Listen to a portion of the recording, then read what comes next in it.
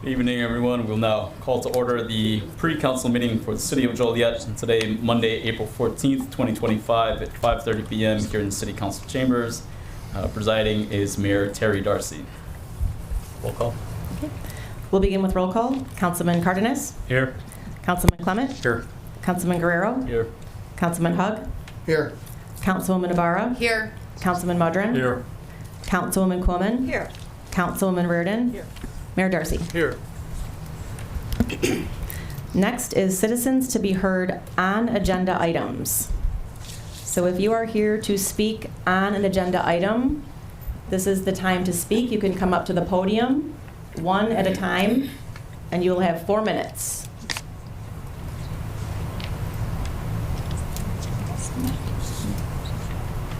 First up. Good evening, Mayor and Council. Greg Peerbolt, representing the Joliet Area Historical Museum at 204 North Ottawa Street. Is that mic on? It is. Can't hear him.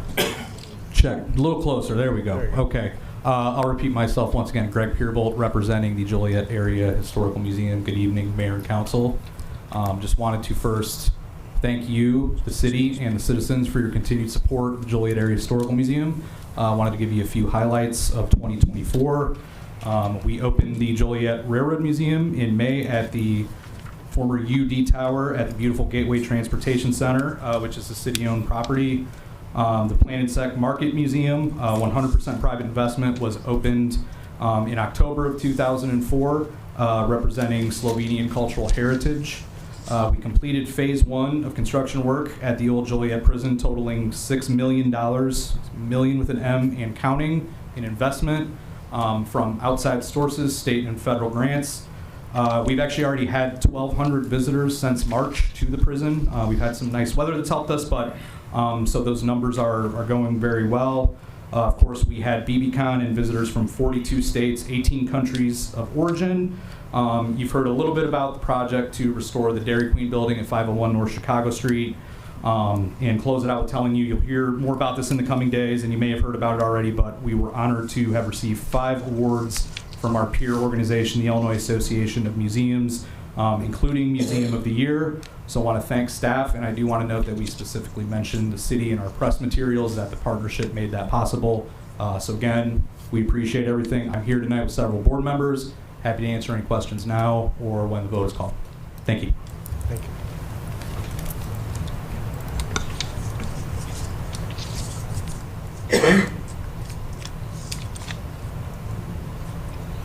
Okay. Is there anyone else here who would like to speak on an agenda item? Okay. Go ahead.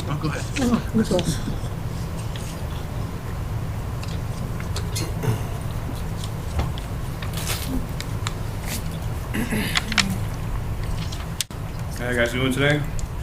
My name is Joe. I'm here on the behalf of Cannabis Dispensary on 2120 West Jefferson. Working on getting that open. I think it'll do a great thing for the community. Great company, great corporation. Does a lot for the communities that our dispensary is in. A lot of charity work, a lot of revenue. A lot of revenue does go to the town, help the community out, help the people out. Obviously going to create jobs for people. It is veteran owned, minority owned, which is great.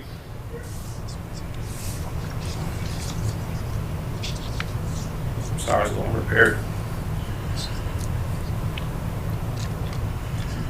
And company D. Selena, a lot of reviews, a lot of good reviews. Other than the community, they do a lot of good for the medicinal part of things.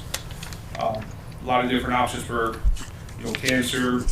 A lot of people with Parkinson's, that helps out a lot. Like my mom has fibromyalgia, that definitely helps out with that. And we would just like to see it up and operating.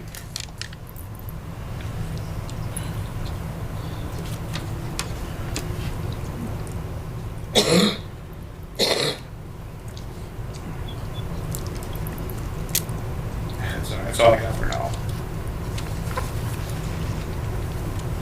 Thank you.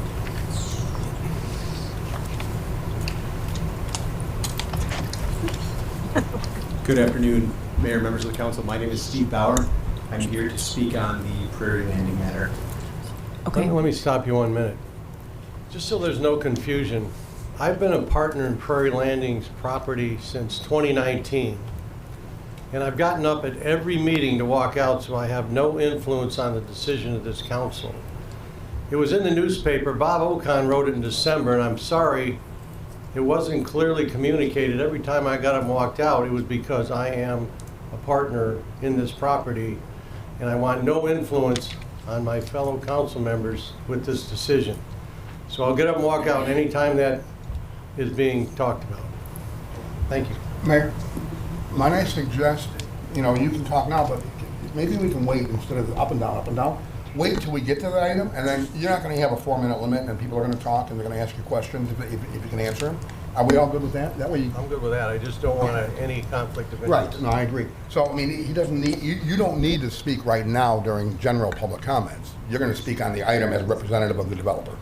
Okay, why don't we do it that way? Okay. Yeah, on that note, if there is anyone from the public who would like to speak on this agenda item, could we have them come forward now just to group them together? Anybody who would like to speak on Oh, the yeah, Prairie Landing? you're still going Are, to need to leave. are you talking about the Prairie Landing? Okay. Yes, if Yeah. Let's wait until, I don't want to get an up and down, Mayor. Yeah. Let's hear from everyone else except for Prairie Landing, and then when Prairie Landing comes up, then we'll have the mayor recuse himself. Are we going to allow those that are delaying their comments, those 4 minutes? We can do that when we bring up the item? if the No, council- we can do that now. Anyone from the public that wants At to the speak end on of any agenda item, yes, but after everyone speaks on the other items. We've had 8 meetings on this. We had one last Wednesday. We know mainly what the testimony will be. So rather than him get up and down every 2 people, I'd rather we just lump them all together to hear from them all at one time. That's a good suggestion. Thanks, Caesar. So is there anybody who would like to speak for public comment on a different agenda item not pertaining to the Prairie Landing subdivisions?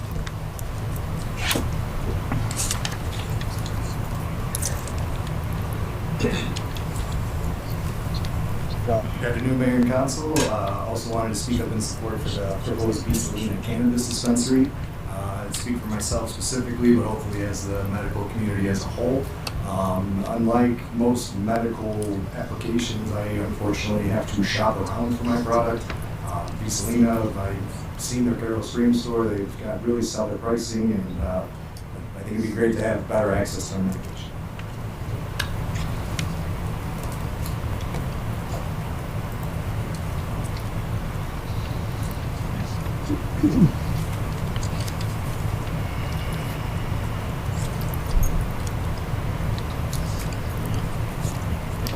Hi, I'm Roger Dolan. I'm here to talk about Beaslina as well. When I found out that Beaslina would be coming to that part of Joliet, I was really excited for a couple reasons. One, Joliet already has legal cannabis in the town. It's already here. And it's way on the other side of Joliet. And when I found out there would be one on my side, that made me really happy. The other part was that I knew the amount of revenue that it would generate for the town that we all shared and the things we could do with that revenue. And I know that general area, it's been such like a beautiful revitalization in that area, really incredible shops and restaurants and all that kind of stuff. So this would just be like another step in that direction. Right now, our community is giving hundreds of thousands, if not millions of dollars to New Lenox. New Lenox is taking all of that revenue. Because why? Let's put one on this side of town. Let's get that revenue away from New Lenox. And let's take care of our people first and foremost. So I really hope that we reconsider the situation, because I'd like to stop driving to New Lenox, because I love Joliet. So help me out here. Thanks. Thank you.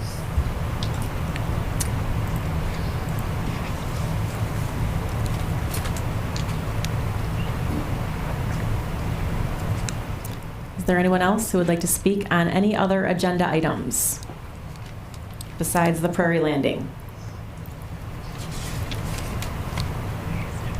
Okay.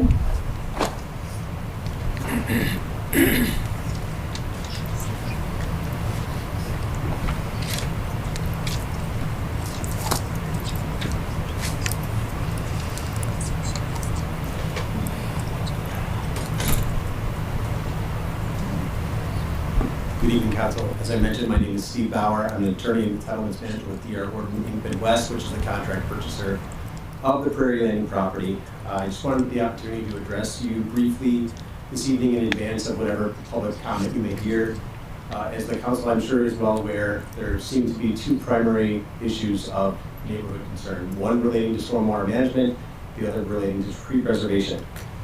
So as it relates to stormwater management, you may recall that at the request of city staff, D.R. Horton agreed to pursue the establishment of a easement on the Heron Farm property, which is the property to the east, generally at the eastern terminus, Timmy Ridge Drive, for the purpose of enabling installation of stormwater management infrastructure. The purpose of that infrastructure is to capture stormwater that is currently, as I speak, irrespective of the Prairie Landing property, irrespective of this proposal, causing infiltration of stormwater into the Picardy subdivision. As I mentioned, D.R. Horton agreed to undertake that request, and as a result, we have worked with the broker of the Heron Farm property ownership, and I have with me in my possession this evening a plat of easement grant prepared by Manhart as the project engineer and the project surveyor. That plat of easement grant establishes both a temporary easement and a permanent easement on the Heron Farm property. It is executed. I provided a copy of this document to City Manager Beatty earlier today, and as a result, it is in the city's possession. With respect to tree preservation, I believe it was Councilman Clement who asked at the last council meeting how many total trees would be preserved. My response was I was not in a position to answer that definitively, but I said something like in the hundreds.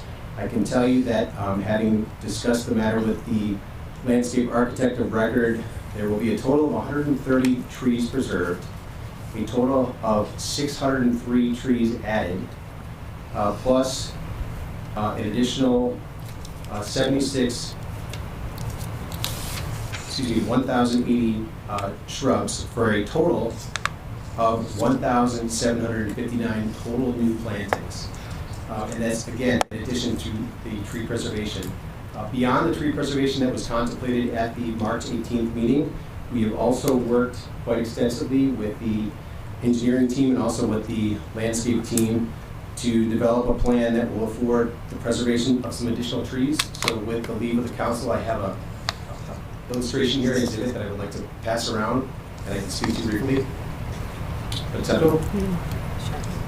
We can take it. Sure. I can take it. Okay. So while they're handing us that, so you're saying these are trees that originally were going to be taken down during the development, and you found a way around taking these down? Yes and no. And why I say yes and no is because, as you'll see when you receive the exhibit, what is identified on here are trees that were always proposed to be preserved, at least as of the March 18th City Council meeting, additional trees that are proposed to be preserved, and then additional landscaping that is proposed as part of the development of the property. And I'll wait until the entire council has the packet, or excuse me, exhibit, and I can speak to that more specifically. Are there enough copies? Yeah, there is. Okay.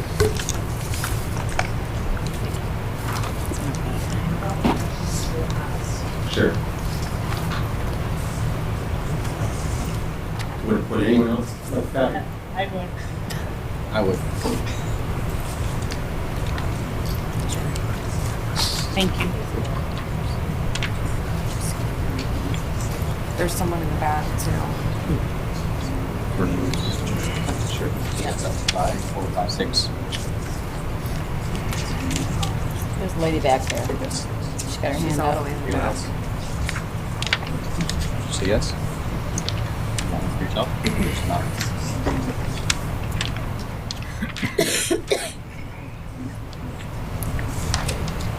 You're gonna have to tell him.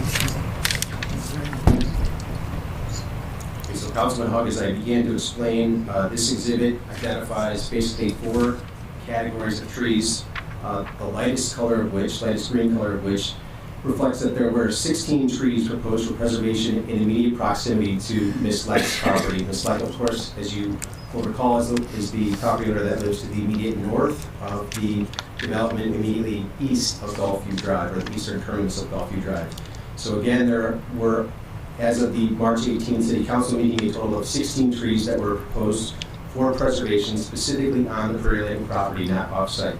If you look then at the mid-green color, you'll see that there are now, as a result of engineering plan and landscape plan modifications, an additional 22 trees on the Prairie Landing property proposed for preservation specifically in proximity to Ms. Lett's property. And then lastly, there are a total of 22 trees in proximity to Ms. Lett's property that are proposed for removal.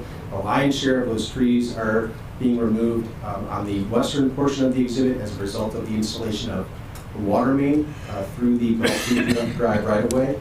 And then on the eastern portion of the exhibit, you'll see some additional trees removed, which is a result of landscaping because there's a stormwater management basin to sort of the east-southeast. That's all I have. Thank you. We can invite him back up. Now is public comment time where each person has 4 minutes to talk. I just want everyone to pay attention to the rules. Try to address all comments of the council as a whole and not to any member thereof. Repetitive comments are discouraged. The total comment time for any one person is 4 minutes. A speaker cannot give his or her allotted minutes to another speaker. No speaker shall engage in a debate or make direct threats or personal attacks or be uncivil or abusive. The presiding officer may limit irrelevant, immaterial, or inappropriate comments or statements. Go ahead. Hi, my name is Mary Simeon. I am a resident of Picardy Subdivision in District 1. I was involved in calling the special meeting on the 9th. What I would like to address, because I know I only have 4 minutes, is a document. First of all, I pulled up our agenda for today, and there are about 15 items. Line item number 10, Plan Commission Staff Report Packet, PUD 13-24. I don't know if you can pull this up so everyone can see it. It's a 49-page document. The first 4 pages give some information we don't all agree with, but the last 5 are what caught my attention. This looks to be a proposal to the City Plan Commission. It shows preliminary and final. It's between D.H. Horton and the LLC known as Westside Joliet Real Estate LLC. This document was a little confusing because Mr. Calzaretta, who we now understand is the partner with Mayor Darcy and this LLC that have financial interest in this property, which is why Mayor has to excuse himself, was signed, first of all, on 11/5, and it looks like it was notarized on the 15th of November 2024, also by the Chris Funkhauser, who is D.R. Horton's land acquisition project manager. To me, it seems like there is a little bit of a discretion here, or possibly some non-disclosure. Mr. Calzaretta, I don't know if he's present. We don't get to ever talk to the mayor, so is Mr. Calzaretta at any of our meetings? It's not a question and answer. Okay, so he signed off on this document that he owned the Westside Joliet Real Estate LLC 100%. This was in November. And then there was a letter dated at the end of that bullet point at that hyperlink by D.H. Horton on December 12th saying, oh yeah, we won the bid, we're happy to do this. And then about 3 days later is when some of Picardy and some of Warwick got notified there was a meeting at the fire station on December 16th. And the first planning commission meeting was held on December 19th, 2024. We had barely any notice. We came when we spoke, and that's when we realized that Mayor Darcy had to recuse himself. Not just myself, but others had discussions with Helen Miller, with Sean Mikos. I spoke with Orlando, Dominic Orlando. Got cards from them because we were concerned about flooding. We were concerned about the whole thing because it was being sprung on us. We have a lot of issues as well as maybe roads getting pushed. What I'd like to know is, why did Mr. Calzaretta sign off on 11/5/24 as the sole owner of the Joliet, or the Westside Joliet Real Estate LLC, when Mayor Darcy, we believe, was already partners with him at that point? This seems to me like this may have been submitted to the Planning Commission falsely.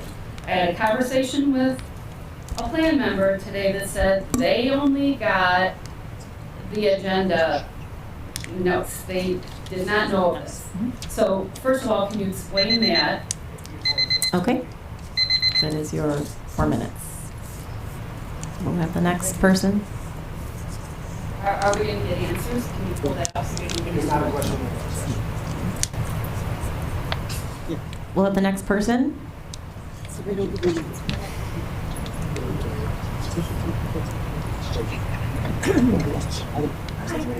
Hi, I'm Judy Gardner, and I've been a resident here in Joliet for a while. Over 20 years building homes with John Leach and a couple other partners. And I've got to compliment the city council. And this is, the way Joliet is run, the brilliance of the planning, it's not like in any other municipality that I've built in. I'm currently building in Lake Geneva. I can tell you, you guys are a breath of fresh air. I live in, I'm not here to just compliment you, it's just an aside, but here's the thing. I live across the street from Marie, like Picardy, right at the road, the closing of Gulfview. That's a big matter of contention. It's been closed. I think it was a brilliant use of the land planners to be able to put a park right there, since it's already blocked from there. And for D.R. Horton to go in is a blessing and a dream. Larry Hung, Mark Turk, everyone who's been so amazing throughout the years, and the rest of the council people have been so great, because we've had multi-use and things that were going to be Section 8 and different things that would have been not good for the community. So we built Warwick and we built Picardy. So this is a wonderful use of this 40 acres right in the middle. What I think is stunningly great and neighborhood of D.R. Horton is to do the easement to divert the water that had been a problem, that was never a problem, from Picardy or really that farm village. Just, it's flooding that way, and it's helping the residents. So not only are they doing that, but it's single family. It's a little nicer, frankly, than Picardy or Warwick, which we built, and it's going to improve property values, and it will help everyone. It's bucolic, it's beautiful, I'm all for it. Thank you all, and thank you, D.R. Horton.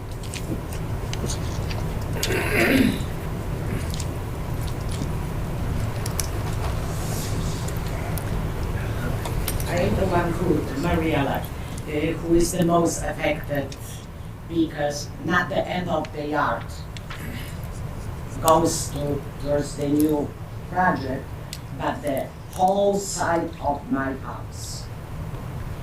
I'm in court, as you guys know, and I won't let go. I'm trying to make a deal with them from 33 feet that I took care of. For 35 years, I was giving them over only 13 feet. So I can save the first row like they presented, the light green. Because there is a second row, there are 5 different types of oaks, and if you live in new neighborhoods, you know how long you wait until the trees grows. I just checked today in front of the storage that is next to the dealership of RC. They planted evergreens. I wish everyone would see how many of those evergreens survive. They are dead little bushes. My trees are like 30 feet, more than 30, 3-story high. And I don't want new trees. I want to keep my old trees.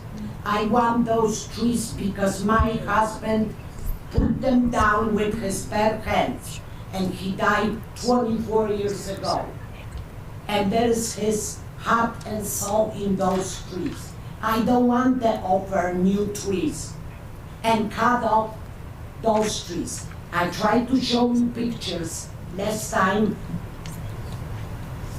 how the end of the street looks, how the whole line looks like. That's why I never complain about Darcy having his dealership, because I didn't see any lights and it was stopping the noise from there. Because I don't stick my nose where it doesn't belong. I'm just trying to fight what I work with my heart, with my mind, with my hands, and with my dead husband. And that's all I have to say. And by the way, Judy, you gave beautiful speech, but the truth is that you were working for Leach, and you guys knew what you were doing in our neighborhood. You were breaking the tiles. And when I called the city, nobody reacted from the city. 2 hours later, the truck came with concrete and blocked the tile. It was never rerun. Most of the people's some pump, they run 24 hours a day. So don't praise that you work for Leach, because this is embarrassment. Thank you.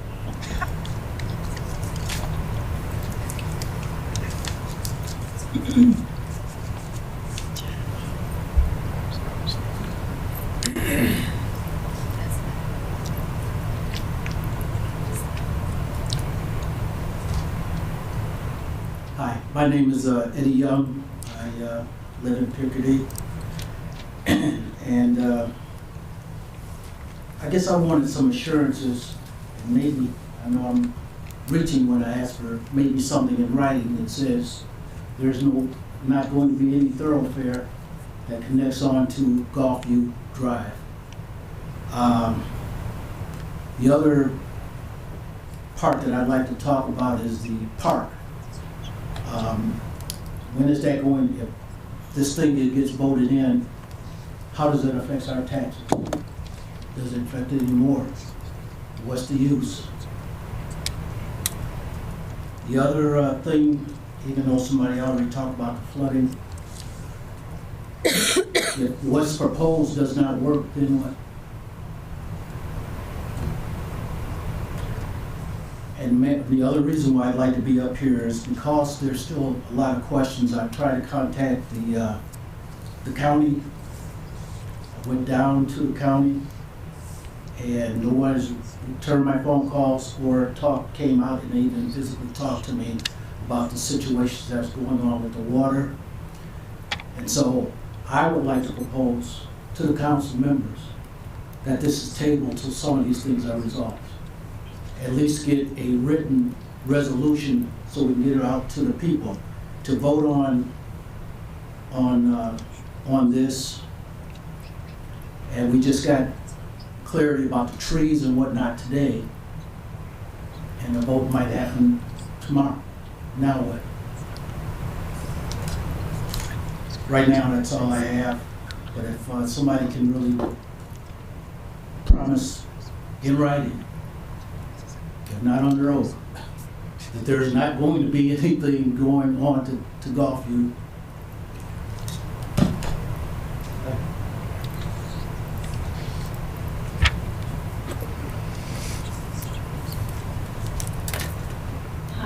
My name is Melissa Patton. I live at 2810 Vineyard Ridge Drive. And I'm here today to ask you to think about how this is affecting everyone in this neighborhood. There are people that built this house, their house is 35 years ago. They wanted to stay there. They still want to stay there. They're elderly. If their basements now start flooding because their sump pumps are running every 5 minutes. 2 weeks ago, we went around and talked to neighbors. A lot of them had no idea what was going on in their backyard. They were supposed to get letters. Did they ever get them? I guess not.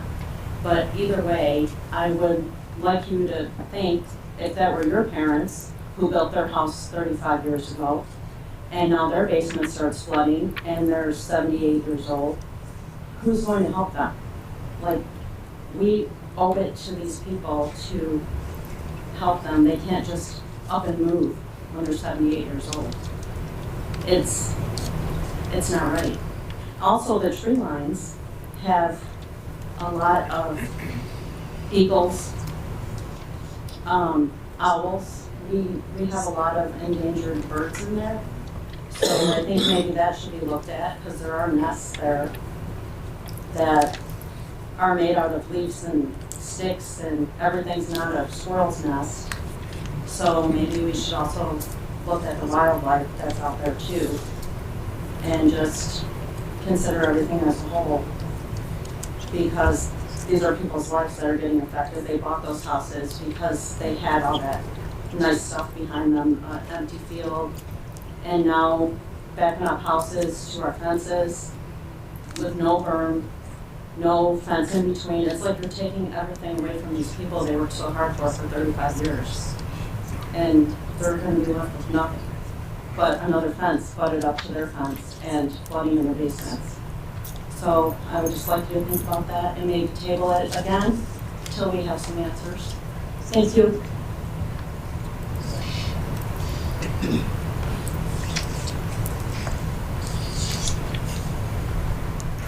Hello, my name's Leslie Kruzich. I live at 2800 Vinny Ridge, which is the very end that I butt up to the east and the south side of the fields.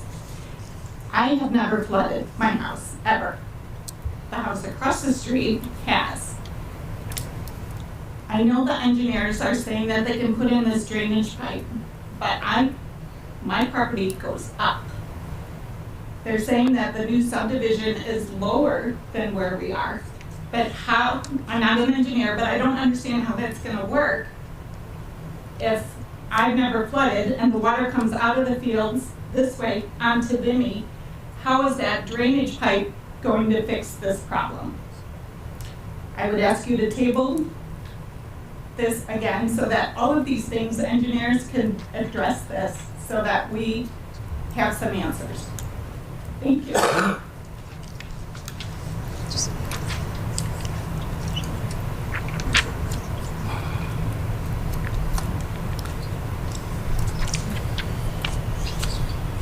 My name is Alan Santa Cruz. I live also in Picardy. My concerns are the same concerns as my neighbors. I'm not going to repeat myself. Another concern that I don't hear is it's going to be 120 homes in that subdivision. I'm not against, I'd rather have homes than townhomes or apartments, but 120 homes to me seems like way too much of cramming into one small space. Because if you think about it, Picardy, we have roughly about, I think 130 homes, and it's a bigger square footage than where you're gonna put these 120 homes all crammed up in one spot. At least, I mean, I'm not an engineer either, but I think a berm and a swale would be nice to have along Picardy, because I know how the engineers said, oh, we're gonna run the water from this end all the way to Darcy's lot, and that's gonna solve the problem. I don't think that's gonna solve the problem. Another issue is, I talked to the school district, and they are talking about redistricting or rezoning the map of the school.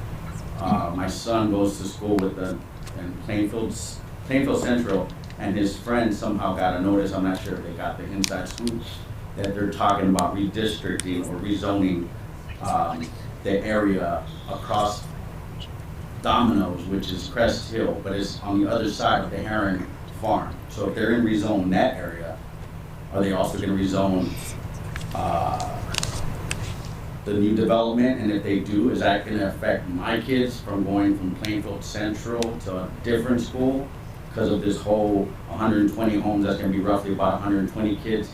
If each house has 2 kids, that's about 200 kids. That's about another classroom or more of students. And I talked to the district today, and they said they are thinking about doing rezoning or whatnot. So, I mean, that's another issue that we have.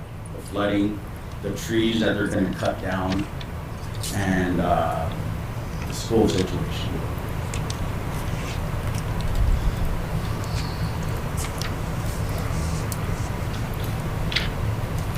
Anthony Brownlee. I live at 2802 Indy Ridge Drive. I actually did speak to somebody from the Will County Land Use Department. I only have his first name, it was Greg. And he essentially told me that although the drain piping is a good start, he mentioned that you cannot stop the natural flow of water. So that's already happening in Picardy, obviously, because there's 7 storm drains in front of my home. It's being redirected to 2804, and then it's being redistributed back up into the field behind us. So if we have somebody from the county, from this area, telling us that we can't do anything to stop the natural flow of water, whether it be watershed or anything. Now, I don't know if he's not distinguishing between, like, say, a creek, a river, a lake, whatever, but that's what he mentioned. And so that storm drain's obviously going to do that. So again, I'm going to reiterate what my neighbors have already spoken. Let's table this until we have a real plan in action. Thank you.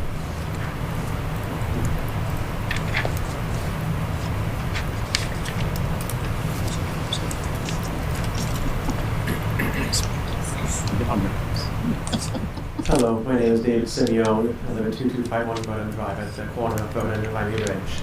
To continue the previous comment, I believe he was referring to our public works director, Greg Bundy, who is present here. And to continue on his idea, we are, again, this is no longer just a Joliet issue, but because that land is unincorporated Will County, we believe this has become a Will County management issue. And so us residents have not seen the final engineering plans. We've been told the same story over and over and over, that they will, out of the goodness of their hearts, they are, helping us Picardy residents. Although this flood control should have been implemented years ago by the city or whomever, be it. It is just that we feel like we're just getting told the same thing without actually getting any solid proof or guarantee that this will go through. Now, of course, there is the land easement documents that were just discussed prior. And so, we have those to work off of with hope, but still we have no final engineering plans. And a second item I want to discuss is the at the end of Road A, which connects to Essington, I believe that would also intersect approximately with Old Castle Road, or whichever road leads to the Old Castle subdivision across Essington. The Essington Road in that section is already very high traffic. It, as you know, is located right next to a fire department, and also we have seen, in fact, just a few weeks ago, a severe crash at the intersection of Keaton Farm and Essington. And so my other concern is that, as far as I know, there is no plans to install any traffic control at that intersection of Road A and Essington and Old Castle. And so with the firehouse being there and all traffic flowing through, it just seems like a very, very dangerous intersection. So as my neighbors have already spoken, and also on behalf of some neighbors who do not make it today, I kindly ask that this decision be tabled until we can get more information and more reassurance. Thank you.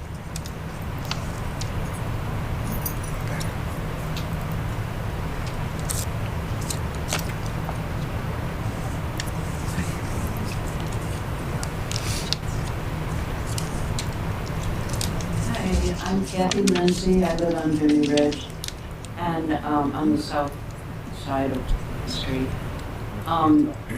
Naturally, we all like it to just stay the way it is, but of course it's not our property, but we really do have concerns about the water. We know that once the land is all dug up and everything gets starts getting built, there's not going to be as much land for the water to sink into, and if there was to start with the wrong kind of tiling out in the field, I mean, we really could be in bad trouble with our houses, our yards, our basements. My sump pump does run a real lot already, and at least I have the field behind me that can take the water. So that's one part that's important, but the other is I'm worried that there's going to be so many houses all of a sudden there that it's going to be too crowded, like the gentleman just said, too crowded on on Essington and on Caton Farm. Already it's very busy, I mean, more so at certain times of the day, but it's just a thoroughfare between Jefferson and, you know, to the mall and then intersects with Plainfield Road. And Caton Farm is very well used between way out west and all the way over to Broadway. So they're too busy as they are. And then when you put in a lot more houses, we know it's going to get worse. So, you know, and just for the integrity of the community, I just wish so much there could be some green space put, you know, to separate the two our subdivision and the subdivision to the south from the new subdivision. But I understand that would have to knock out a lot of houses, and so money would be lost. But I wish there could have been like a walking path around the whole subdivision, but you know, that's what I would like, and I wish we could have it. We do have the wildlife out there too, and you know, besides coyotes, there's a lot of nice little animals and birds and, you know, deer. I guess they're not so popular nowadays, but there is a path that goes across Theodore, and then it comes into that lowland over there by Gaylord, and it could have been continued, but, you know, anyway, just something to have there be some green area between ourselves and the next set of building. And like I said, the road congestion, the water problem. So I'm in agreement with my other neighbors that it would be better to investigate the whole situation more. I am happy that it's single family, that, you know, I realize that. I wouldn't want apartments or townhomes, but I just think there's too many houses in there. And I would like the water for sure to be maybe an outside group of engineers look at it, or whoever can, to see that the field is tiled the proper way, that the water flows the proper way. Thank you.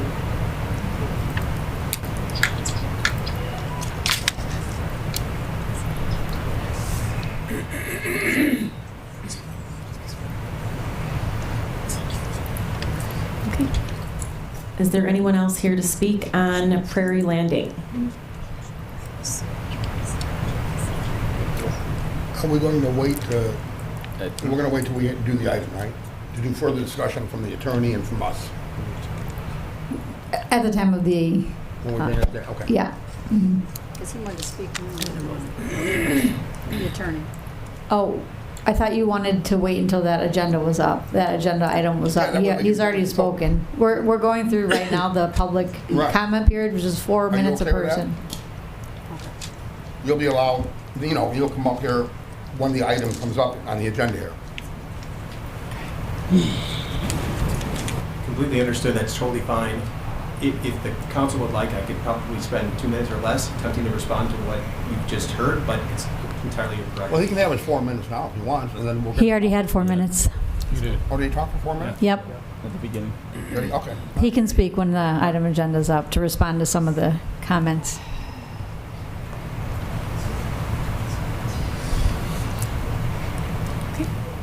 Is there anyone else here to speak on Prairie Landing? To give up my minutes to the No. lawyer?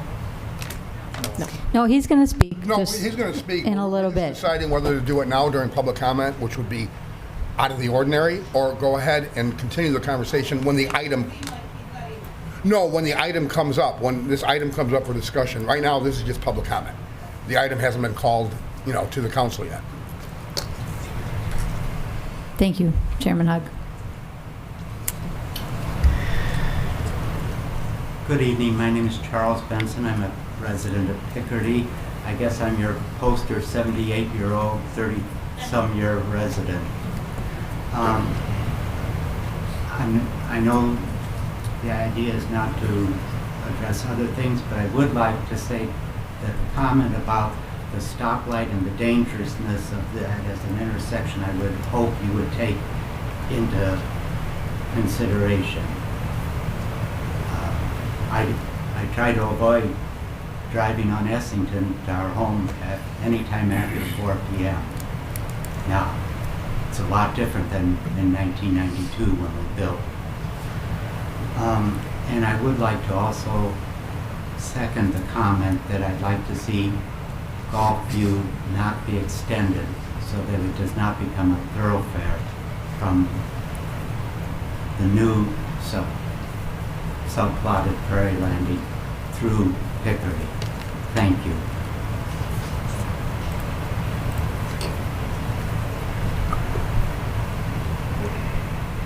Okay. Anyone else here to comment on Prairie Landing?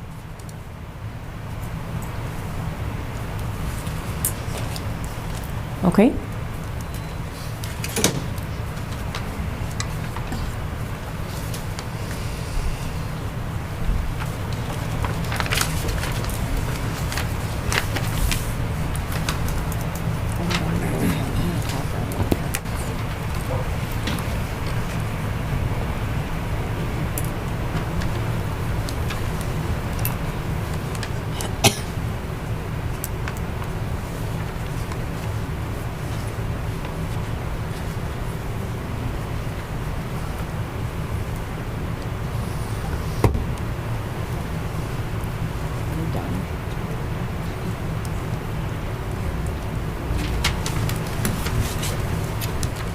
Okay, tomorrow we'll elect a new mayor pro tem. That will be Chairman Hug.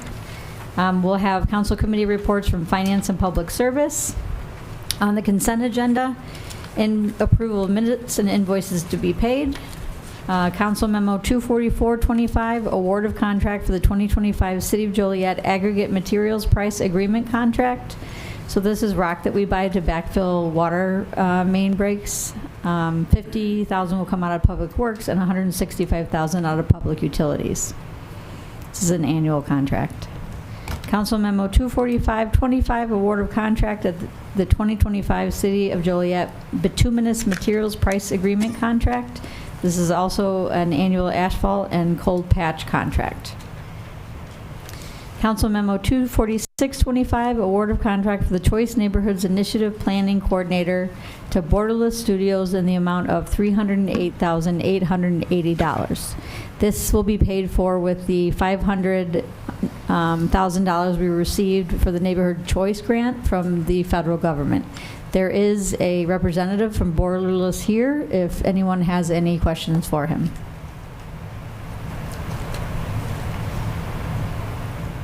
Okay, seeing none, moving on. Council Memo 24725, approve the purchase of ballistic helmets for SOS from Ray O'Haron in the amount of $48,087. This is coming from the Joliet Police Department's forfeiture fund. Council Memo 24825, approve the purchase of pole and through wall camera kits for SOS from STRAC in the amount of $34,729.57, also from the forfeiture fund. Council Memo 24925, approve the purchase of miscellaneous upfit for 2025 police squad vehicles. We have about 20 vehicles that we will upfit for Joliet Police Department. That'll come out of the Replacement Capital Improvement Fund. The police vehicle replacement capital improvement fund. Council Memo 25025, approve the purchase and uplift of 12 Chevy Malibu police vehicles, which was approved in the 2025 budget. We're just bringing it to you now. Council Memo 25125, change order number 1 for the 2024-2025 tree trimming and removal contract to Arbor Tech Landscaping Services in the amount of $75,000. Council Memo 25225, agreement for Joliet Route 66 Centennial Directional Waste Sign Exhibit Project. We will also be getting a grant for this money. No city funds will be spent. I just wanted to clarify, Beth, on the Arbor Tech one for $75,000. Yeah. We have $200,000 in the budget, but we haven't formally put together a complete bid, just so everybody understands why we're doing it. Yeah. So Arbor Tech, as a partner to the city many years, doing held the same prices for last year for $75,000. That's the most we could do without, bidding, and then we're going to bid the rest out. That's right. But this keeps things rolling in the spring. Thank you for that explanation. Okay. That's correct. Thank you. Moving on to agenda items, Council Memo 254-25, change order number 1 for the Chicago Streetscape Jefferson Street to Cass Avenue, City Square, and water main improvements to Austin Tyler Construction in the amount of $1,300,000. Licenses and permit applications. We have our Deputy Liquor Commissioner here, Oak, to speak to these items. Oh, well, first I can do you're not the carnival, are you? Are you talking about the carnival? No. Okay, let me just quickly read approval to hold a carnival June 20th, 21st, and 22nd, 2025 at Joliet Memorial Stadium. That's Council Memo 256-25. And moving on to the liquor license. Thank you, Oak. You're welcome. Thank you. Mayor, City Council, item number 207A-25 is a resolution to deny the transfer of a Class B license at 926 Gardner Street for Tony's Bar and Grill, which is currently Eden's Bar and Grill. A Class B license authorizes the sale of alcohol consumption on premise. The new potential owner has 15 years experience in management and ownership of restaurants and bars. Originally, the recommendation from the Liquor Commissioner was to deny the transfer. However, after receiving additional information and meeting again with the potential new owner, the Liquor Commissioner believes the approval of this transfer will have a positive impact on the neighborhood and the city as a whole. We ask the council to make a motion to approve. Mayor, just a quick question. So, and this new owner, he's got a bar up in the west suburbs, in Villa Park, I believe. I believe so. And he also is buying, he's not just buying the business, he's buying the building, the property. Correct. So he's going to own this lock, stock, and barrel, should we approve it? Correct. Okay, thank you. He's not leasing it. Thank you. And then for clarity, it appears on the agenda as a resolution to deny because that's how it was previously brought. And Correct. just So for someone need to continuity. make a motion to approve this. Correct. Tomorrow. Thanks, Oak. Thank you. Under ordinances and resolution, Council Memo 258-25, ordinance associated with Prairie Landing subdivision. Now would be the time for your comments, if you want to address further. Let's have the mayor go first. Oh, sorry. Sorry, Mayor, get out of here.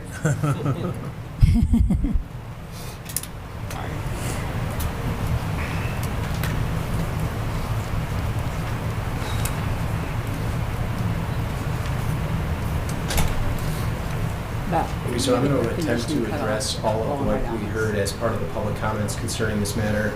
If I fail to address something, please feel free to ask. So first and foremost, I just want to remind the council that this is an infill property. It was annexed to the city 52 years ago.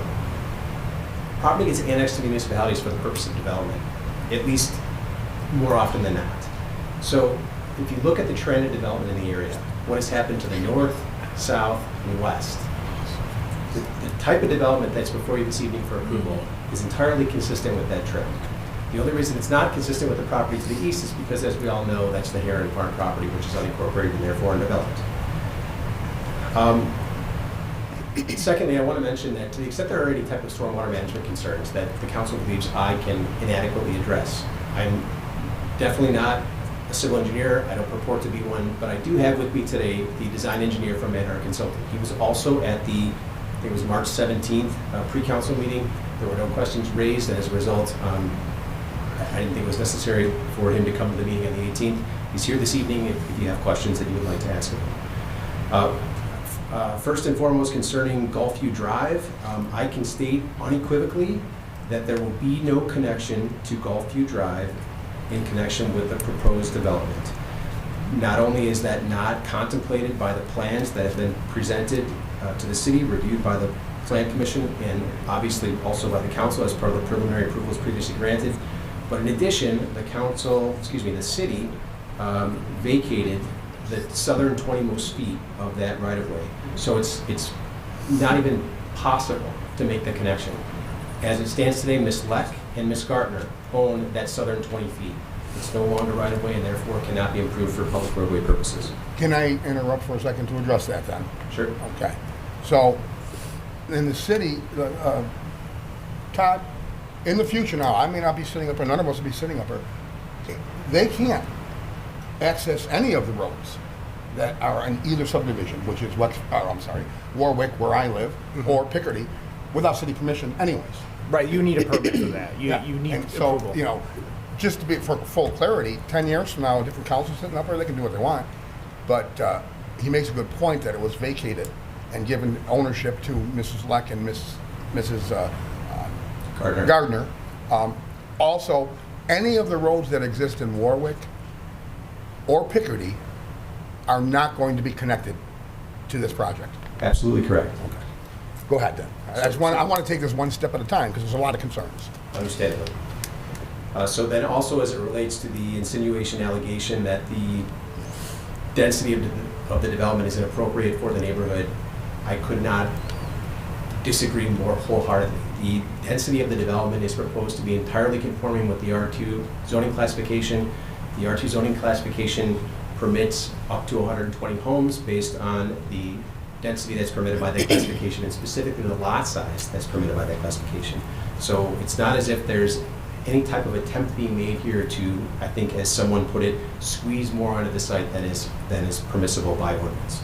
Let me interrupt there. Now, Todd, the only way that they can build outside of our ordinance is if we vote up here to give them a special waiver or permit to do it. Yes, to go outside the zoning code, you need a variance or special use, something in that matter. It'd probably be a variance in this matter. I don't believe that was ever applied for. It looks like through the code, it does, like he indicated, the R2, it does fit within those parameters.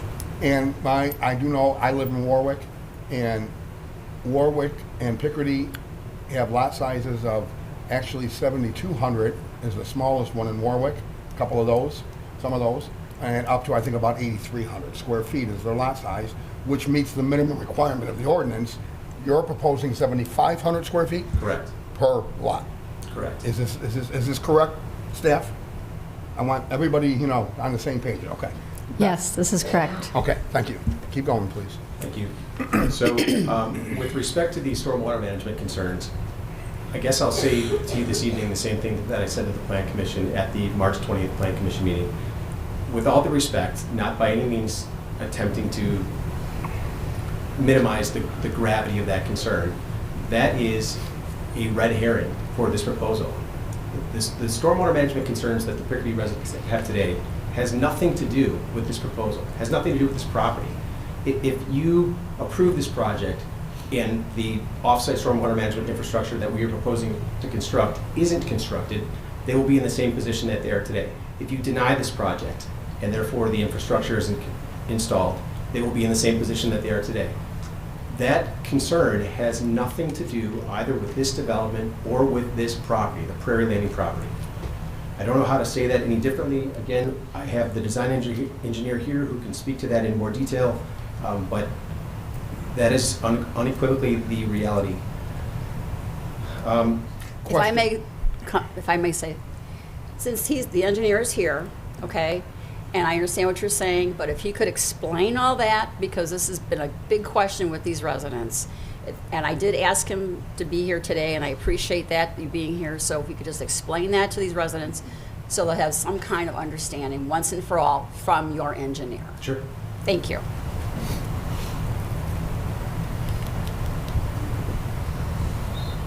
So, my name is Dave Rayondo, and I'm a design engineer for Manhart Consulting, and I started out my career as a DuPage County stormwater engineer, and I've been doing this for many, many years.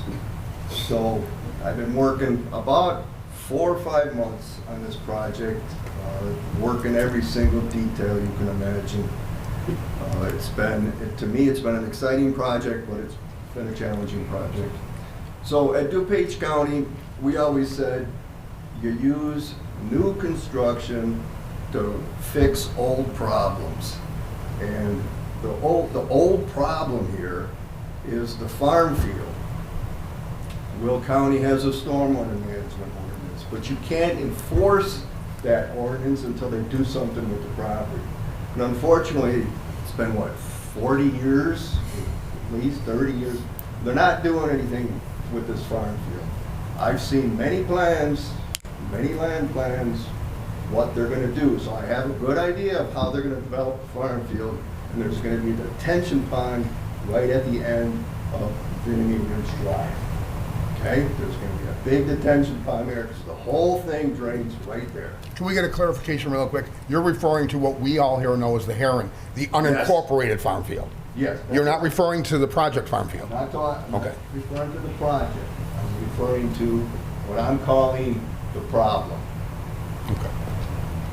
The problem is upstream of our project. We really don't need to get involved in the project, in the problem, but I work with a couple other stormwater engineers who've been around a long time. We approached D.R. Horton and said, hey, we got a chance to help out. We have a chance with a new development to fix an old problem. So, what's gonna happen, I'm hoping, 5 years, they're gonna come in, they're gonna develop the Heron property, they're gonna put a huge detention pond there, and right now you have 50 CFS running off, just on the 10-year storm, right into your subdivision. No control, no nothing. As soon as they build a detention pond, that goes down to 0.1 CFS per acre borings. No questions. Sir, No could you actually questions. face the dais and just address your Speak to remarks us. towards the council? Okay, oh. Sorry. Excuse me. You're okay. Okay, so everyone's following me so far, right? Yeah. We've got this problem that we're working on. Well, and again, because this is so I'm going to interject something here. You mentioned that there seems to be some very preliminary things you've heard about. Oh, yeah. The reason they've heard about it, the city doesn't hear about it, because they're a private engineering firm. Yeah. So anybody who wants to develop and is just going, can we develop that land, goes to them. We don't know about it till it comes to staff. And then if it makes it through staff, then it makes it to committee. And if it makes it to committee, then it makes it to council. So because I felt like some people might be like, well, if he knew about some project coming up, why doesn't the city? Because it's not a formal project. It's customers coming to you saying, we might do something there. Could we do this? It's unincorporated, so you don't even know what's gonna be in your It could be in city. Crest Hill. Right, right. But we've seen a lot of interest over the years, and I've seen a lot of plans, so I know what they're gonna do with the property. So, first meeting, we were here, a lot of concern for the flooding that's coming at us. So that's when we said, time is now. This is the time for us to run that pipe up and grab it. Because once we develop our lots, if we don't bring that pipe up now, well, how are they gonna drain that field? Well, they're gonna have to rip up Venemy, go through there with a storm pipe. Now is the time to do it. So that's what we're proposing to do. Couple questions about that. The person that lives right on the end of the road, she was asking, the front of her, the end of Venemy is lower than her backyard. How am I gonna get that to drain? Well, unfortunately, what we're gonna have to do is that pipe is gonna be lower than the road, and then by the time it gets to your backyard, it's gonna have to be, well, it'll be about 2 or 3 feet deep to catch that drain tile that's coming off the field. By the time it gets to your backyard, it's gonna be about 8 feet. You see what's going on? The land's going like this, the pipe's going down. It's gonna go around those trees, down into our subdivision, into our drainage system, that's gonna end up in our retention pond. And we did many calculations, and it's gonna safely pass that flow through the subdivision for the 10-year storm, because that's what storm sewers are designed for. Okay? Is that every community? Every community, the storm sewer is designed for a 10-year storm. Now, what about the 100-year storm? That's only detention ponds, right? Detention ponds are designed for 100-year. So until Heron builds a detention pond, you're not going to have the protection of the 100-year storm. But our calculations, once it gets through Venemy down to us, we have 30 feet wide easements all the way down to safely pass that 100-year storm into our bases. Your detention pond? Yes. Which will be what? To the ordinance. Okay. That's what your ordinance requires. Okay? But when anything after the 10-year storm coming down Vinemy is going to be the same way it is right now. Wait a minute. My pipe will grab 10 years. Okay? 50 CFS. Right? But anything over that, it'll go to the overland route. Down through that existing detention pond that's in the corner, into our backyards, and then it will go through our drainage easements into our detention pond. But that's what it's doing now. That's what it's doing now. For every rain almost. That's what it's doing now for every rainstorm. When we get the pipe up there, you'll be protected until up until to the 10-year storm. The way it's designed. The average rainstorm. But when we have the heavy ones, there's still going to be the same problem that exists. Yes. So the reason I'm telling you this is we're doing our best, but we're not fixing the problem. The problem will not be fixed until they develop Heron's property.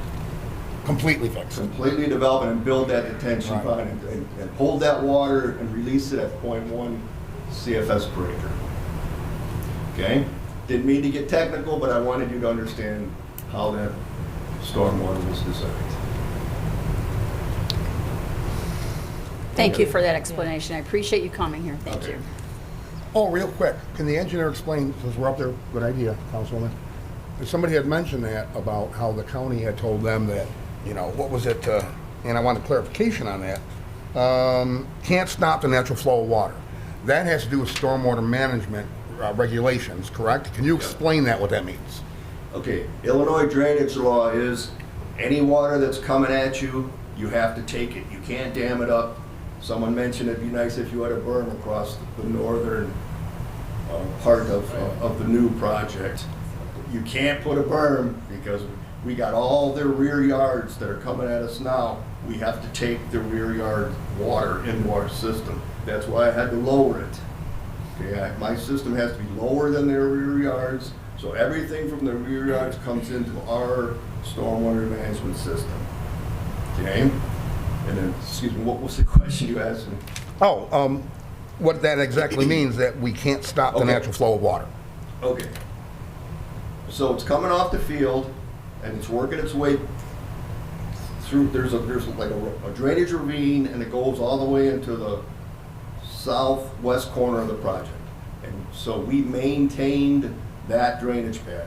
That's where we started, when we designed all the grading, and we set all the grades and set all the top of foundations throughout the whole project. We had to maintain that existing drainage pattern. Okay?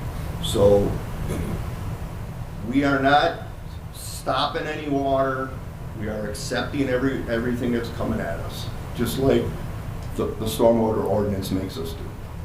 And what's the difference going to be for the developed field that you know, the not the Heron property, but the other one? Right now, it is a farm field with maybe some old tile in there, much of which is broken, right? What will you guys be putting in? What's designed to be under there as a subdivision? Our project. Yes. Prairie Landing. So I designed our storm sewer system low enough to right when that drain tile comes in, so just south of that existing detention pond that they have now, there's a drain tile that comes in. I made sure my storm sewer was low enough to catch that drain tile, and then we're going to remove the drain tile that's currently through our subdivision. We no longer need it because we've got a much bigger, much better system now to run that all the way through into the detention pond. Which will be a series of storm sewer pipes. Yes. On the internal roads with grates every so many feet. Okay. Yes. Yes. So just to give you an idea, that main trunk line that's coming through our subdivision is a 48-inch pipe, and that's a big storm sewer. When Heron develops, puts in their detention pond and holds it back to 0.15 CFS, that pipe probably would only need to be at 18, 20, and 24 inches. But during the interim, we have to build all this infrastructure because pool. That is not developed yet. And where does it take that storm sewer? The water, where is it taken? It has to get it ultimately Yep. to the river, right? Through the city, through a series of piping. Goes to the detention pond on the southwest corner of our site, and then it releases into a 36-inch storm sewer. After we hold it back, we're providing a lot more storage than we really need, but that whole area there, we try to maximize that area and to hold as much water as we can. So we're releasing it into the 36-inch that runs out to Essington, and then heads west into the city storm sewer system. Right, which eventually goes to, a lot of people don't realize, you gotta get it to a river. Yes. That's it. And we have a couple of rivers, several, that we can Yes. do. Real quick, a pause, can I ask a favor? For those folks, first, I'm getting ahead of myself. Todd, explain why we can't release, before there's a vote to approve or deny, release the engineering plans, please. The ones that aren't final you're talking about? Right. Well, that would cause confusion. Like you have multiple plans out there at once and people don't know what the final plan are, and we're still reviewing them. Yes, and under FOIA, it's called deliberative process. It's an internal document that we're reviewing. We do not have to release that. And it's just practicality, we don't. So, the plans as presented to us to consider and ultimately vote on tomorrow, with the PUD, those aren't final until we say they're final. You're approving them as final, yes. Right. Yes. Now, after the meeting, can you two talk to any of the residents? I'm not an engineer. I'm dangerous enough, to understand it. Can you guys show them, if they have questions and they want to see, you've got the plans, right? You've got the engineering plans. Can they meet with you over here and, there's 4, 5, 6 of them? And certainly, I can't speak for Dave's availability. But can you, Dave? I can tell you that we were here for about an hour after the last pre-council meeting. But Dave wasn't for the there, specific right? purpose. No. Dave was here. Oh, okay, got it. Thank you. So afterwards, for those that want to see it before we actually vote on it, Dave's here to interpret it, and they both have a copy of it to show you. Correct. The very ones that we've been explained and we're considering and we're going to vote on. The same ones. Okay, thank you. So one thing I wanted Dave to address, but he doesn't necessarily need to do so in robust detail, is that at the Plan Commission meeting, there was some level of public question raised as to the accuracy of my statement that at present, the boundary line that separates the northern portion of the subject development site, the career landing site, from the southern boundary of the Picardy site is such that the Picardy property is at a higher elevation than the Prairie Landing property. And as Dave can tell you, that will continue to be the case, even upon the redevelopment, the mass grading of the site, and the engineering that he's just discussed in detail with you. So I'm stating that for the benefit of the public who didn't believe me. Again, we have the project engineer here. He can verify the accuracy of that statement. As to Ms. Simeon's, I guess what I'll call it, insinuation of impropriety regarding I think she was referring to the petition disclosure, property ownership disclosure. I'll be very honest with you. As I stand before you today, I sincerely don't understand the mayor's ownership interest in the property. And that is reflective of what you see as completed by Mr. Calzaretta. But irrespective of that, to the extent that the petition fails to disclose the mayor's ownership interest, that's been cured. It's been clearly stated by city personnel that he has some level of interest that I don't understand. So I don't understand how there could continue to be any type of question as to the level of disclosure that's been provided.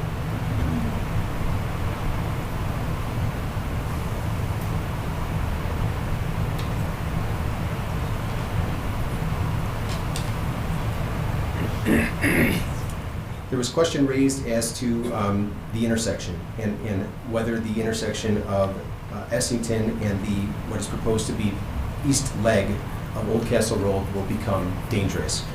We provided to the city, I believe approximately 6 months ago, a traffic warrant analysis that demonstrates that the traffic as forecasted based on a specific manual. It's a transportation manual that all transportation engineers use in conjunction with existing traffic counts. do not satisfy any of the warrants necessary to enable the installation of a traffic signal.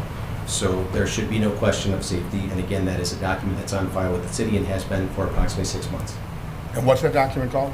So they can, It's a traffic warrant analysis. traffic warrant analysis, okay. So just to I'm familiar with that, but I want to make sure everybody in here is. understood. You know, I think most people are familiar because we review it. But Understand. they want to be able to see the same thing we're seeing and understand, so I'm trying to help them. Understandably. Thank you. And for the benefit of the public, the reason it's called a traffic warrant analysis is because the installation of a signal must be, as the terminology goes, warranted to be able to be installed at a given location. And this is actually a federal warrants document. Federal Department of Transportation. The state adopts that one, and we adopt the states. Yeah, I believe it's called the Manual on Uniform Traffic Control Devices, MUTSIC. Okay, thank you. Yep. We've dealt with that a few times, huh, Greg? Yes, it's the Manual on Uniform Traffic Control Devices. It's federal, and the state adopts it, and we adopt That's correct. It's a federal document that's adopted by the state. Everyone uses it for stop signs. Traffic control. Traffic control devices, yes. Thank you. As to Ms. Leck's concerns regarding trees, again, Ms. Leck and I have a very open, cordial relationship. I think if she was standing in front of the microphone right now, she would agree. If she does not, I invite her to stand up now and contradict me. But at the end of the day, with respect to her tree concerns and respectfully to Ms. Leck, it's not her property. It's the contract seller's property. So whether she planted trees on the property, which she can't prove and I can't disprove, or whether she didn't, it's not her property. It would be no different than me being your neighbor and planting a tree on your property and saying, now that portion of your property is my property. This type of adverse possession concern can be raised for any given matter, any given proposal, or any given existing state of development. This is not unique to Prairie Landing. Absolutely. Okay. Time for public comment is over, but you can have just a couple minutes.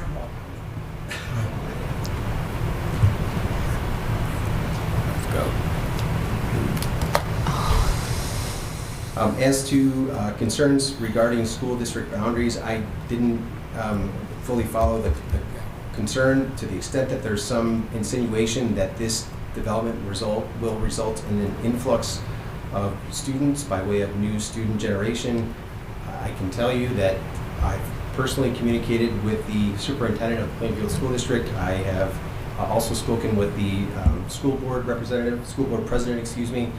The city also has on file a letter from the school district explicitly stating that it's able to accommodate the students that will be generated by the development. I don't know why there continues to be any question And raised. to clarify, you and I had a conversation about that some months back. You ended up talking to the president at the time, whose name was, he's the school board president, is Rod Westfall. Correct. And you talked to the superintendent. Glenn Wood. Glenn Wood. Correct. In fact, I think I provided the number for Westfall. You had Wood's number already. Correct, good number. So, and you did talk to them. And they submitted a letter saying that they can't, what they couldn't do there, they wouldn't have discussed this with you, but this is for us residents in Warwick and Picardy. They could not absorb a 780-unit apartment complex as originally proposed back in 2015, 2016. But they did say they can comfortably absorb the number of projected children in this project. Am I correct in that letter? Correct. Okay. Please keep going. And again, I apologize for interrupting. I'm thinking like them because I live in one of the two subdivisions.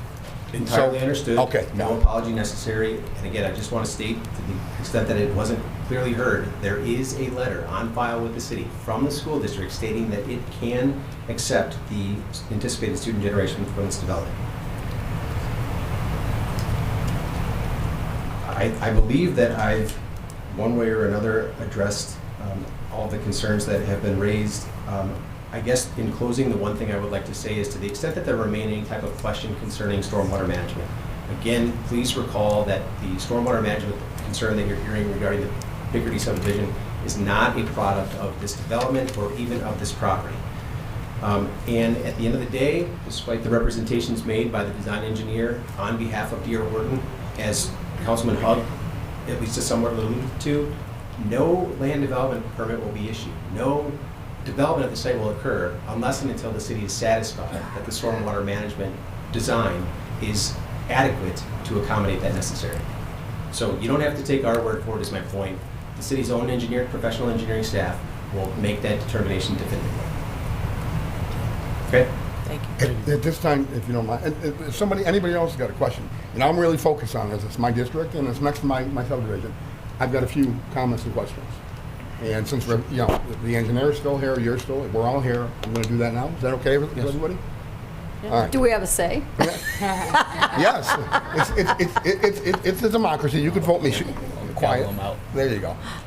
All right, I've lived in Warwick since 2001. We moved there from South Main Street in the old west side portion of Joliet when we had our second child. We were living in a 700 square foot house. Can't do that with 2 little toddlers. So we moved there. Ever since I've lived there, that field's been open. I've become accustomed, but I don't live on the border with the field in Warwick, just like most of the Picardy residents don't live on the border. The ones most directly affected and are going to see something completely different once the houses are built are those that live on the border and have enjoyed for many years an open field. It hasn't been plowed or farmed in several 2 or 3 years at least, but it used to have crops. And this field, as someone pointed out earlier, was incorporated into the city of Joliet over 50 years ago. It was not, my understanding historically, it was not zoned at the time. It came in as agriculture. About approximately 35 years ago, it was zoned. It was zoned for 70% single family, 20% multifamily, which means also apartments or townhouses, and 10% commercial. And Todd, you're going to keep me honest on the straight and narrow here. So, when someone buys a piece of land in any community and they want to build something that exactly fits the zoning that exists, and they follow the ordinances for the building codes to build those, we can't just arbitrarily tell them, oh yeah, you're zoned for this, you're zoned for that, and you're following the rules. We're just not going to approve your plat because we don't want to see anything there. We can't do that. Would we lose that in court? It would be a bad case for us. Oh, you might be able to defend it. My point, folks, is we can't stop somebody from building there. As long as they follow the zoning, and then once that, they made a submittal to the city staff that meets the zoning requirements, okay, you meet the zoning requirements, then they got to follow the building codes. If they do all that, they get to build. We can't just arbitrarily stop them. It's not like a dictatorship where we can say, no, we're not going to let you build a single-family house on that property. That happened one time. I got a call on somebody else's district many years ago where there was this older couple that moved away or had passed away, and they owned this house for 60 years with an open lot next to it, and for the last 60 years it was like the de facto local park for all the kids to play wiffle ball and football, touch football.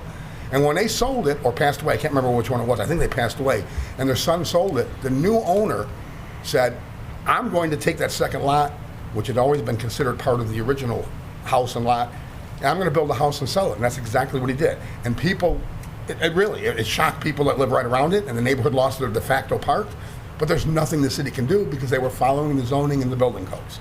So I was supportive and excited once I questioned the hell out of people involved with Horton and city staff on this project going back to last September, October, when it first started to come up with staff. And staff has always been very transparent with me, and they know how I feel about the open fields we have throughout our district. And I was happy because there is no option to keep it vacant. I'll be honest, sorry D.H. Horton, I would love nothing better than it stay vacant too. Since 2001, it's been a vacant field. Kids could play in there if they wanted. Not too many did. It's kind of muddy, but they can. I get it. I do get it. But I got to tell you the truth and be a realist, so please don't shoot the messenger. I had people, and let me get one other point in here. I'm not here to defend Mayor Darcy or not. I do have a question, and I think it was already addressed by the attorney for D.H. Horton, Todd. That was a big oversight. If in fact our mayor is part owner, whoever put that together, Mr. what was his name? Yeah, I'd have Dustin Anderson address this because Todd doesn't have the paper you right in front understand of why him. people would be confused on that? I do, and that's why Dustin can address it if you for a like. second. He can address that point because I want to go this logically. Sure. Or would you rather we wait until the end? Whatever you'd like, Larry. Okay, we'll address that. Dustin, you'll address that at the end. Why? Okay. Because I have a question about that when it was brought up. Why it doesn't say, I've known since 2019 that Terry Darcy, he wasn't mayor. I know because him and I disagreed on the first project that was proposed to him and his partner. And it was here at City Hall outside that we discussed it with his attorney, who's now retired. His name was Mike Hansen. And it was here, and I said, no, it included apartments. I said, you're not getting support. He wasn't the mayor yet. I don't think he was even thinking about being mayor, because that was 2019. When this came forward, so there is no fourth option, I tell people. There's three options. There's no fourth option, and meaning that we just force the owners, current or future owners, never be allowed to build legally under the laws that exist. They're gonna sue us and win.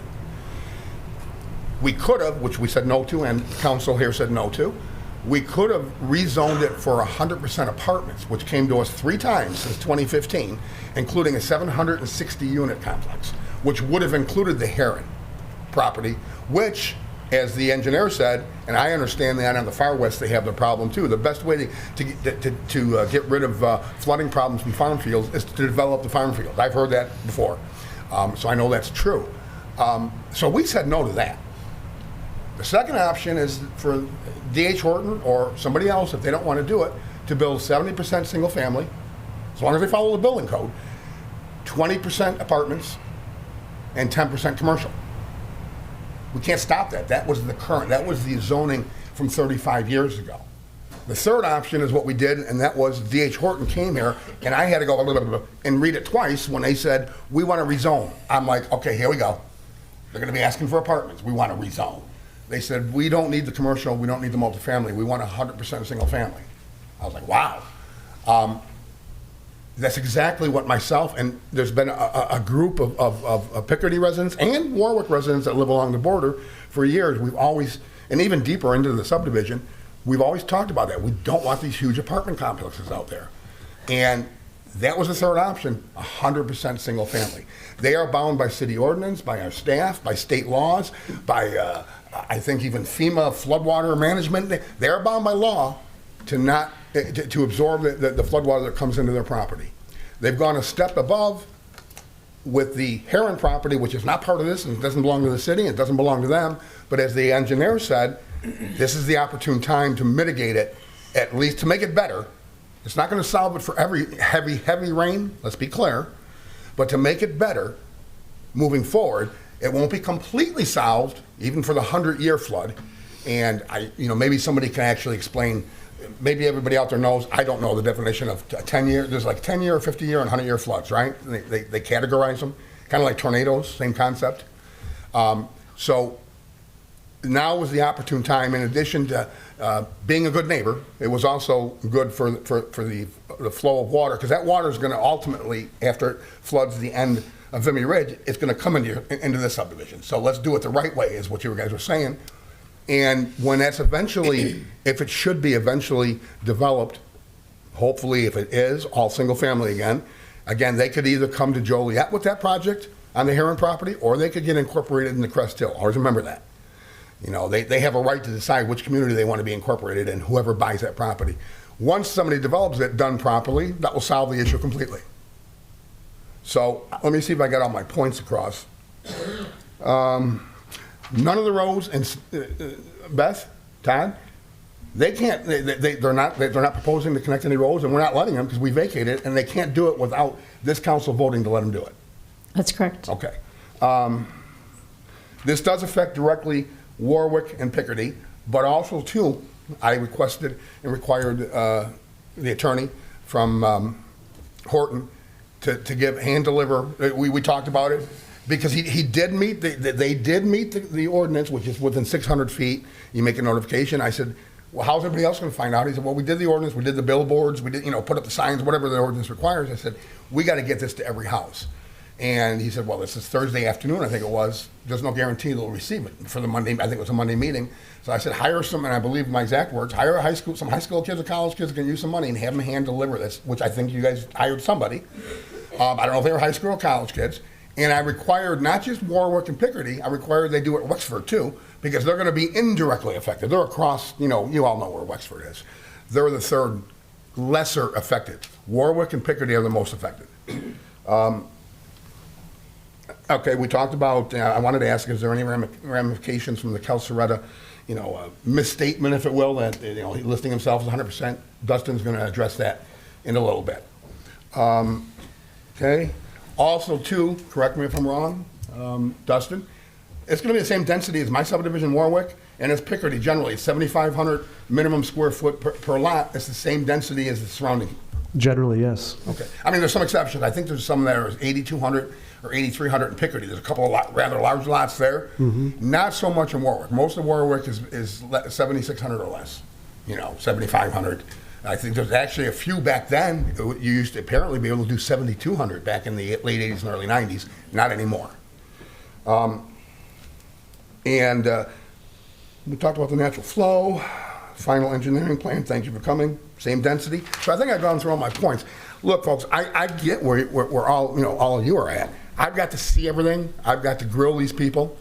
And you're like, some of you are saying, we didn't get to see the same proposed final engineering that you have. That's why they're willing to stick around. If you want to actually see the plans and ask questions, have at it if you understand engineering better than me. I get it. I understand. If you have any faith or trust in me, I'm completely 100% comfortable with this project. And I know the law requires that they can't even move forward on building the first house if they don't put in a properly engineered stormwater management system, just like they can't do it if they don't put it in a proper water system or sanitary sewer system. That all has to be approved by city engineers, both in concept, design, and when it's built, it's got to be inspected. And until they do that right, and we say yes, they can't build a house. So am I correct, Todd, pretty much on how we run our inspections? I would agree with that. Okay. So with that said, I don't want to go on any further, folks. I'll hand it off. I think Dustin was going to explain. That's your 4 minutes. Thank you.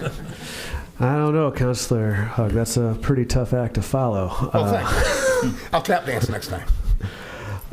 With regard to the property disclosure form that was brought up, this is a document that I'm looking at. Anybody in this room can look at as well. You go to City of Joliet, joliet.gov, meetings and agendas. Find this. It's the Plan Commission board packet. It's attached on this. It was attached in the Plan Commission agenda as well, right? So if you're following along at home, I'm looking at page 47 of 49. So if we look at this form, it says information about the property ownership. Limited liability is checked. I don't know if anybody in the room else has a limited liability corporation, but there's a managing partner, right? And then there's subordinate. You don't know really who's in that LLC, and it's not a matter that's necessarily disclosable in this form, right? There's no box for it. What's that limited liability company? It's the Westside Joliet Real Estate LLC. Robert Calzaretta, 100% manager. That means he is the sole director of that LLC. Now, that LLC could be comprised of many people. And at the beginning of this process, it was disclosed who the two ownership entities that comprise that LLC were. On this form, it doesn't require you to disclose who is a member of that LLC. It requires you to disclose who is the managing member. And Mr. Calzaretta is the 100% managing member of that LLC. So I could see where someone might come to the conclusion that there was an error or omission. I could see how that conclusion could be brought, but I don't agree that there was a misrepresentation of the ownership with the filings to the city, because that is accurate.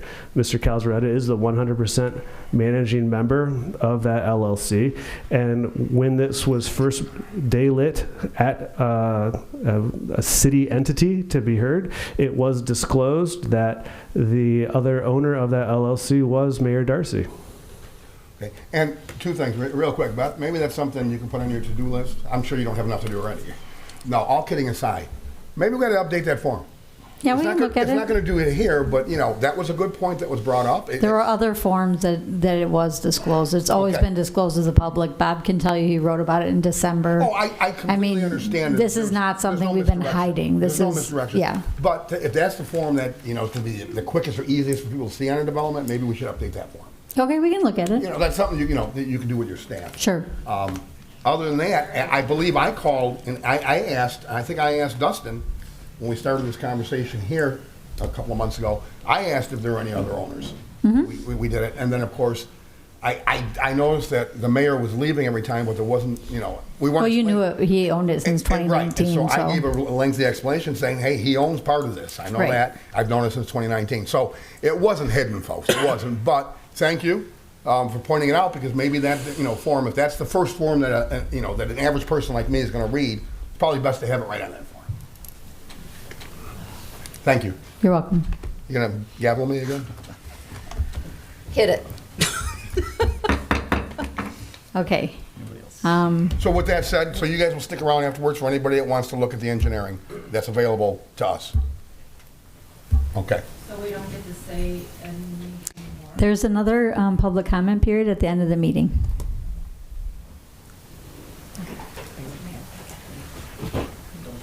Yeah.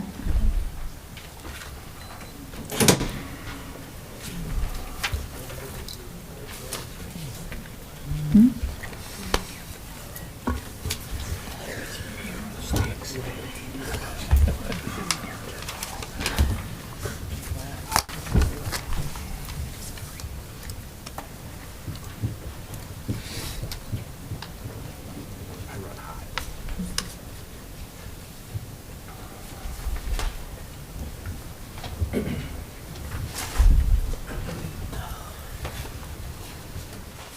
Okay, moving on. Council Memo 25925, ordinances associated with 845 North Broadway Street. Council Memo 26025, ordinance approving a vacation of a .2 acre portion of unused Hobbs Avenue right-of-way adjacent to 700 Florence Avenue. Council Memo 26125, an ordinance approving a special use permit to allow an adult use cannabis dispensary located at 2121 West Jefferson Street, B. Salina. I have a question. I had several people against this, and I had several people for this. I was wondering, how close is this to the high school? So we have the owner, if you'd like to approach, or one of your colleagues. I'm not sure, Nate, if you know that, or you need to hear it from Greg Ruddy from Public Works. Councilwoman Coleman, I don't know the exact answer to that, but given that this is located where it's at on Jefferson Street, it's certainly well without, outside of the current limitation for what we can be in terms of proximity to such uses. I believe is it 1,000 or 1,500 foot setback we have to hit off of those types of protected classifications, and we're not within that. This site meets all of the current setback requirements. Greg? I'm just doing a quick calculation here on a measurement. It looks like it's about 3,200 feet or so from the Joliet West property. Okay. So, And what about traffic? Do we have, half mile. is there any traffic study done, or a ballpark of how many cars are going to be coming in and out of there? Because I think there believe- might be a better place for that, but just go ahead, I'm just thinking. Certainly, no traffic impact study was done. Given the size of the lot, it was not required as part of the ordinance. Certainly, we did provide data as far as our expected traffic counts, and then we do have several representatives of the I think the owner, I had the same question, Jan, of the owner, and the period of time that people come in and he processes them is very short, so they won't need to use like any other parking nearby. They'll have plenty for what the use is now.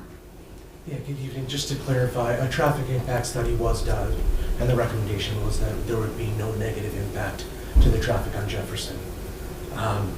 Echoing what Nate said earlier, we checked off all the boxes from setbacks that were required of us from zoning. And echoing what Beth just said a moment ago, we actually have more parking than the current Rise location that's north of us. Okay, thank you. Thank you. Can I just make a comment on this, Mayor? That if you've ever been to a dispensary, you know that most people, they order ahead of time. So when they go in, for the most part, they're in and out. And you show your ID, unlike a tobacco store or some of the other gas stations up and down Jefferson, you show an ID, there's security there, and before you even go in, they're vetting you out. And in most cases, there's police there too. So there is no chance at all that unless you have a fake ID and it gets past their security, that anyone that is, under the legal age is going to get in here. The security at dispensaries is just out of this world amazing. Thank you for mentioning that and echoing your point. There's likely over 1,000 establishments in the state of Illinois that sell untested, unregulated, untaxed product every single day. Our establishment would never do so. I do have one more question. What do you think the revenue will be in there for the city? Yeah, that's a great question. Our business, we tend to under-promise and over-deliver for a living. What we submitted to the city of Joliet had approximately $1 million a month. Realistically, I think that's a much lower number. So if I had to conservatively estimate, I would say around $500,000. Realistically, it could hit close to $1 million a year. That would be revenue to the city of Joliet. What about some of where you have another place right now? What's your revenue there?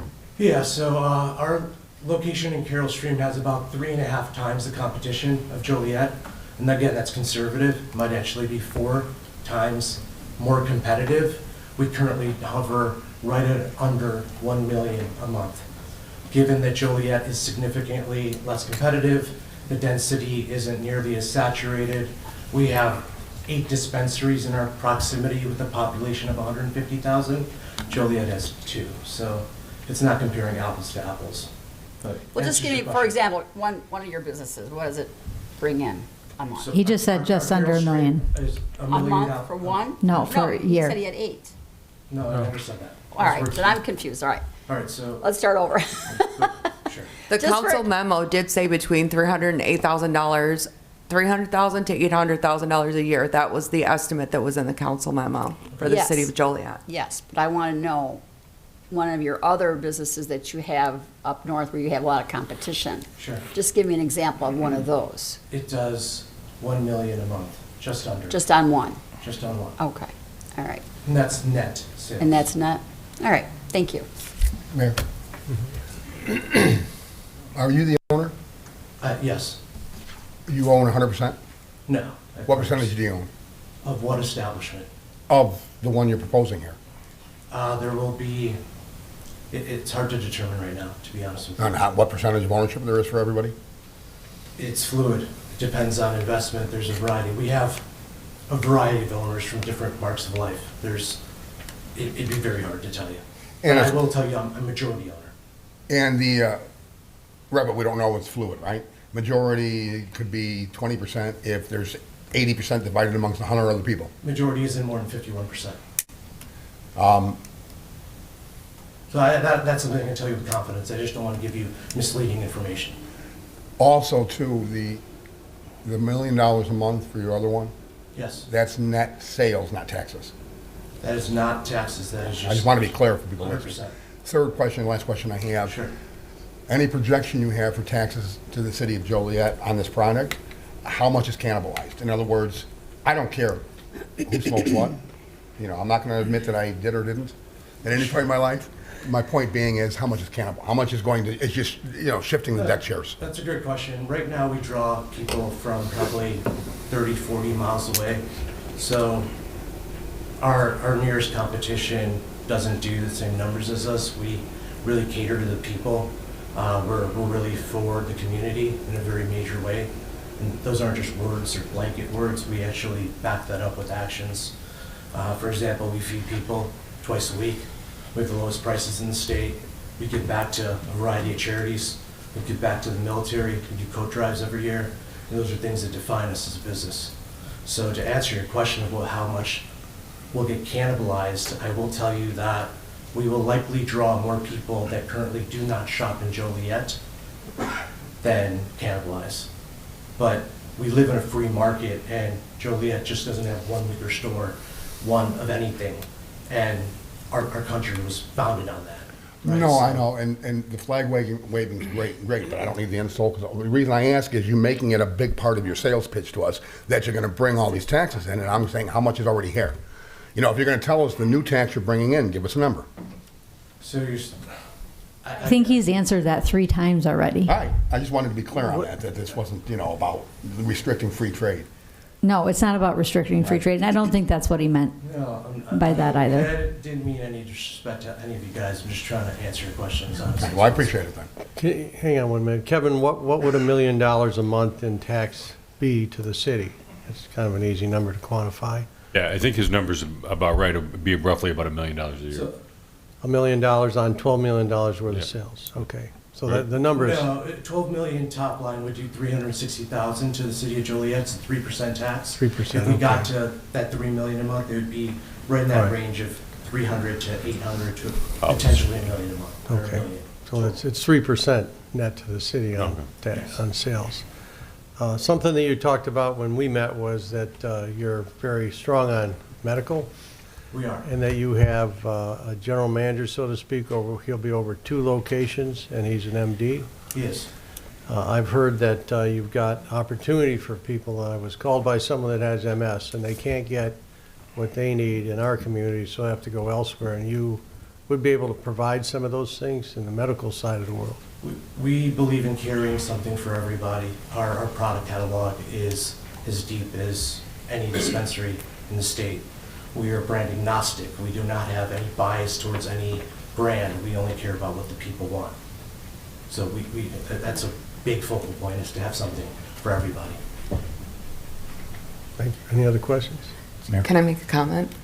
Mayor, I'm sorry, you were first. Go ahead, Joe. Yeah, we have another establishment in the city, and I believe they hire the police to be on the premises. Do you plan on doing that at your establishment? We believe in hiring local, and we believe in employing as much military and police as humanly possible. So those are definitely things that we would strongly support. Yeah, we have the best police department in the country, and Love it. I hope you would consider that. So Absolutely. thank you. Thank you. Can I say something? In the hundreds of emails I got that were in favor of this, I only got 2 or maybe 3 that were against this. And it wasn't for reasons of not liking cannabis or not thinking it should be here in the city of Joliet. It was just the location, which is not really our decision. What we have before us is what we have before us. But I myself don't use, but my son has friends that do. And he explained to me that his friends drive from Joliet all the way to Carroll Stream to go to that dispensary. It has a much wider array of products, and also the fact that a lot of them are catered towards medicinal, and they have the lowest prices in the state. Like, enough could not be said about how great of a thing that this is for those reasons, that it's more than just one brand, it's more than just one product, it's the selection. So it would probably be from like Macy's to like a Walmart, who has everything you could possibly need. And that's probably the best comparison that I could think of. But I just wanted to point that out, that I think it would draw people from other municipalities. They would no longer have to drive out to Carroll Stream or even further like Peru for something like this. It's right here in the city of Joliet. So I just wanted to point that out. Thank you. Thank you. Anyone else? Thank you. Thank you. Thank you. Under resolutions, Council Memo 26325, resolution approving to change the number of persons who shall serve on the Committee of Citizens with Disabilities to 9. They have 13 currently. Council Memo 26425, resolution approving a grant to the Will County Metropolitan Exposition and Auditorium Authority, the Rialto Square Theater. Mayor? Yeah. Kevin, what are the fail-safes we have in place to make sure any money that would be granted to the Rialto is for repairs of the old lady, the old building? It's supposed to be capital improvements only. Correct. That's what we're actually, this one have restricted it to the HVAC, specifically their HVAC project. So they're undertaking, I think it's an $8-point-some million HVAC project. $8.5 million HVAC renovation project, and they would get $475,000 from the city. Yes. For that project. Thank you. Council Memo 26525, resolution approving a grant to the Joliet Area Historical Museum. Council Memo 26625, resolution authorizing execution of an intergovernmental agreement between the City of Joliet and the Joliet Park District for the Taste of Joliet. This is for our police and fire departments. Council Memo 26725, resolution authorizing a lease agreement for Tri-County Auto Theft Task Force. 26825, resolution declaring property of the City of Joliet as surplus. This is also the Tri-County Auto Theft Task Force. They're trading in 2 vehicles to get 1. That concludes the agenda. Quick question, Mayor, for Beth. And we've been leasing to Tri-County Auto Task Force for a number of years already, a lot of years. It's basically boilerplate lease, same lease. Yeah, it's the same lease. I think we lease it to them for $1 every year. Right. This all comes from state funding. So we just happen to have a building that they come from all different Right. counties to Joliet, where they have their offices. They are responsible for everything on the inside of the building, and we maintain the outside of the building. At some point, I'd like to have them come do a presentation again. Oh, yeah, they'd be great. Yes, because They do some really good, they do a lot of work. yeah, they're undercover, but Yeah, they do great work, I yeah. can't remember the number, thousands of vehicles over several years that they had recovered and arrested folks, so. That's yeah, true. If they get a chance, Yeah, they're amazing. maybe we can invite them here. Okay, It's been sure. a few years, I think, since they made it. There is someone here. Somebody here. Oh, there we go. Here's one of them. You can thank him for all the good work that they Yes. do. You got the stats, huh? Well, I don't have the stats in front of me, but I can Okay. get the stats off the top of my head. Luis Ayala, I'm the Deputy Director for Tri-County Auto Theft Task Force. As she stated for the lease agreement, we've been in that building since December of 2019. We have undertaken several projects inside. We've replaced the windows, the doors. We just added AC, which the city actually did for us too. The gutters have been replaced, but we have put a lot of money into that building just ourselves with grant funds. This lease is something we've been working on for a while. We finally are hoping to get it passed through here. Allows us to use grant funds as well to update the inside of the building. Like other task forces have done, similar like the Thornton Police Department, they use that money to renovate a whole section of that police department for themselves. Like, you know, it is an older building. It's a firehouse that was established in 1950, I believe. So it works for us. The garage is great, but there are some improvements on the inside that we would like to make just to make, update it. We're being paint, cover the asbestos tiles with flooring, and just to make it a little nicer for the guys in the office. Did we get that roof fixed? The roof is fixed. We have Okay. gutters now. It's beautiful Good. when it rains. It doesn't cover inside our computers anymore, so it is lovely. All right. I will say that. I can't thank you guys enough for that because that is a huge improvement for the people inside. How many communities are involved with the task force? Send representatives. Currently, we have Will, Grundy, Kankakee County. We have Frankfurt part-time. We incorporate, we have Mantino, Moments, Bradley PD, and we have, and obviously the Joliet Police Department. So we are pretty, like, the land we cover is a lot bigger than the departments, but we do take on cases from all departments around in the area as well. So anyone who reaches out for help, we're always happy to help out with anything. Crest Hill, we reach out. Shorewood, we help out a lot too. Anyone who sends us their cases, we will work and we will assist. So we have seen, uptake in a couple of different areas, but the big thing was the Hyundai and Kias, and that is down from a couple years ago, which thankfully it's been nice for everyone to see. We did hand out the clubs for people as well, and we still have some left over as well. If there are any community members that want to reach out to us as well, that we can assist and get those taken care of as well. There is the update that we try to push out as well, and we work with the Joliet social media team as well to push out different things that we accomplish as well there. So for people watching the club, you're talking about the club? Yes, the old school club from the 80s that goes in your car. It does- Anti-theft for your car? Yes, the anti-theft. Okay. Yes. Honda and Kia was still handing those out. We still have a couple boxes left. That if anyone did need any, we were happy to help. I just wanted to make it clear that there was no grants for the building where it was a nightclub now. Oh, no. Yeah. But no, if there's any other, as far as the vehicles, I know as well, we do have, it's an older 2012 Honda Santa Fe that we're trading in a 2021 Bronco Sport.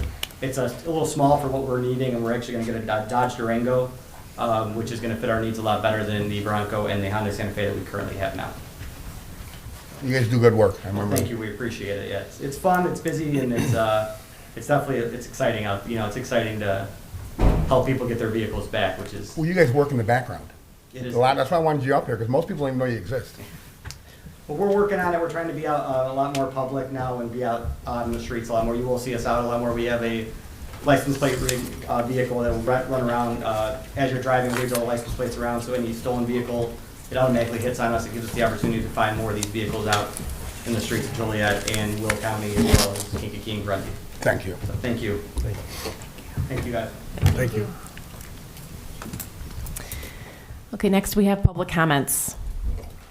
Is there anyone who would like to address the council this evening? Hi, Mary Simeon. I just have a few last questions. I just want to address why I brought this document to light, and I know that the attorney spoke on the last two Oh, yeah, pages. yeah. Hold on. Wait a minute. Sorry, sorry, Mary, I know what you're going to talk about. We just have to give the mayor an It's all opportunity going to be to. about Picardy, so Yeah, yes. is there anyone here that wants to speak on anything but Picardy? Okay, let this woman go first, please. No, anything except other, Anything but Picardy. something other than Picardy.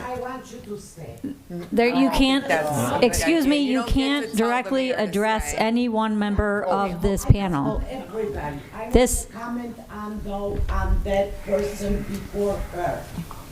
What are we doing? Wait, this should be one at a time. It should be one at a time, and the mayor's not even out of the room yet. Can you please, we have some decorum here. I'm just trying to maintain decorum. There are rules of procedure. Mayor already left, right? So is that Yeah, mayor's gone.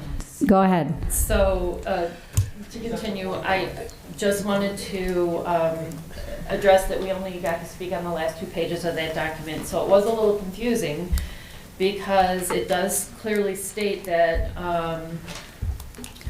for the LLC, when this is submitted to the city of Joliet, the applicants for, zoning relief, subdivision approval, building permits, and business licenses disclose the identity of all persons having an ownership interest in the business and the real property associated with the application. So that's why I felt like, okay, why did we only see that Mr. Calzaretta wrote 100%? We didn't even know, I didn't even know who Mr. Calzaretta was until after the meeting and the first planning meeting, and we started looking up this LLC. So that's when I asked the attorney, who's this Mr. Calzaretta? And then we found out it was a partner of Mayor Darcy. So, we know this is almost $90,000 an acre. At 44 acres is about $4 million. It's a lot of money. So we are just simply asking, I'm very happy that the engineer is here. I do have questions afterwards for him. I still want to understand what exactly, how you're going to tie that in, because the day before our meeting that Jan helped me get on the 9th, a surveyor showed up from Manhart and was out there, and I went over and talked to him and said, "Are you from the city?" And he said, "Yeah, I'm pretty sure I am." And then I found out it was from Manhart. And he basically told me and my neighbor across the street that floods horrifically, because it's right at the end, that whoever did that field did everything backwards. And there's a 100-year-old drain tile right back there. Someone was out there a year ago. They put in like I don't even know what to call it, little yellow raised up, what you would call a raised manhole to keep, take the water. He goes, actually it's pulling more water into the end of your street though. And they even made concrete swales that come down into the end. There's no drains at that end. So on Wednesday, April 2nd, we had another 100-year flood. I mean, everyone talks about these 10-year floods, these 100-year floods. With climate change, I don't think you can really say what it is. I had a 100-year flood when I first bought my house in 2002, where my basement flooded. I've had my basement flooded 3 times because the sewers can't keep up and it backs up. Now those drains at the end, there's not 2 at the end, but right where I'm at, where we get all the brunt, they get all that junk from the cornfield, and we've been trying to go out there and rake it out for years. Those then go into the little retention pond, we'll call it, which is directly across the street from my house, so I get a double whammy. It used to be worse. About 5 years ago, I don't know who, but someone came out in the field where they're going to develop in Mayor Darcy's land, and they did something with the bermie or whatever. At least it hasn't come over the road. But those drains go into The 4 minutes is up, thank you. the little swale. She gets 2 more. I just want to know if we want to see those engineering.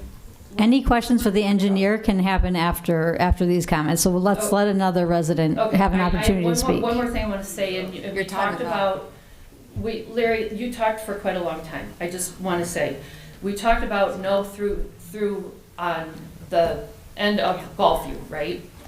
What if another scenario happens? What if someone down there owns 3 lots that are very deep, and they sell them, and now they can bypass the end where they're not able to punch through on Gulfview?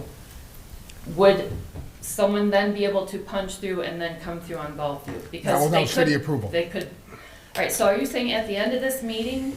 Because the way I understand it is, this is our last chance to speak, and then you guys vote tomorrow. We will you'll have have some tomorrow, time you'll have tomorrow. plenty of time to talk tomorrow as well, and I would just let you know that the, Yeah, I'll talk to you after the meeting. But what happens after that? You said if they don't do it right, we still can talk in this, because we still need to know these flooding issues, and now it's That's Cole why County. he's staying after. Who owns Heron? No one's telling us that. I mean, this has been going on for years. Is there a... Mary, now your comments are repetitive and you're not addressing all to the council. We've been Please. doing this for 3 months. I know, and we have been responding for quite some time. Can you please give another person a chance to speak? We've got to keep the meeting going and allow the next speaker. Prairie Landing comments, please. I have a question. Why doesn't the city hold the farmer responsible for flooding them? We pay the taxes to the city. And what? City just sits here and don't even answer our questions? Why doesn't the city do the job? Go after that farmer to take care of that land so the water doesn't flood them. Plus, I want to also make a comment. I moved to this neighborhood, it was safe, it was good. Now I hear that somebody has to go too far to get the products so they can get high. This is a shame. And another shame, Joliet should follow the previous administration. Install the 10 pounds boxes in the boys' bedroom like Chicago did. Thank you. Is there any other Prairie Landing? She's been waiting patiently since the very beginning. Oh, the mayor comes back, yeah. Okay. Yes, that's why. No more Prairie Landing? There's no more Prairie Landing? Please approach. Hold on.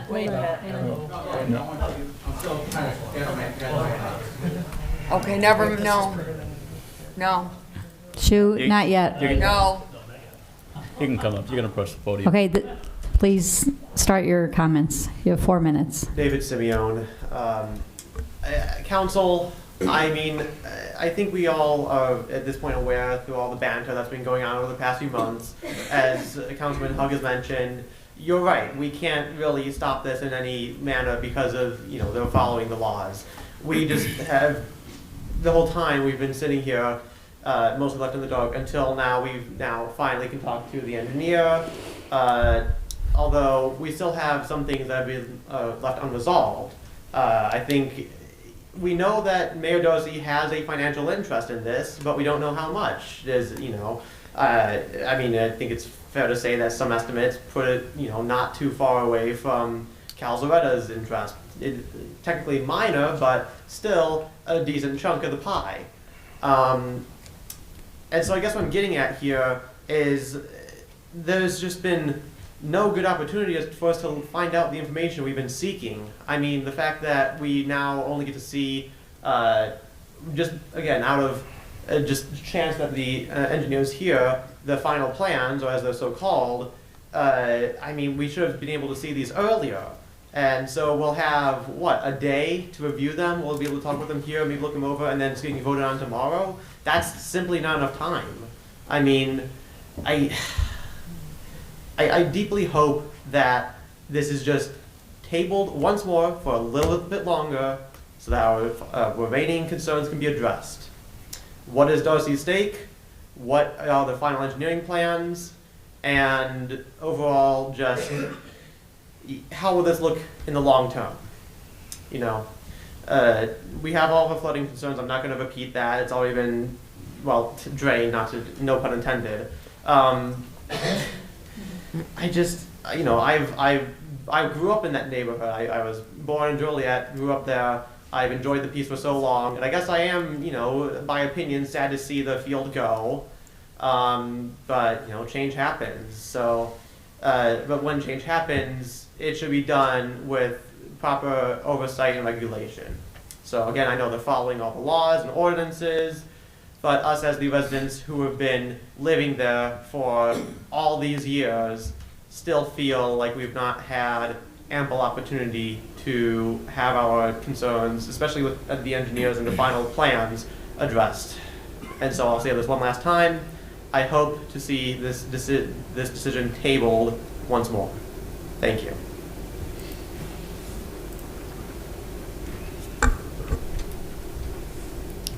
Okay, are there any more Prairie Landing comments?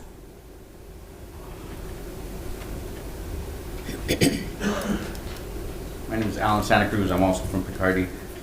There's one thing I didn't address earlier because there was so much going on. I'm not really a good speaker on public, but behind my house, they're going to put a park, the Joliet, Plainfield Park District.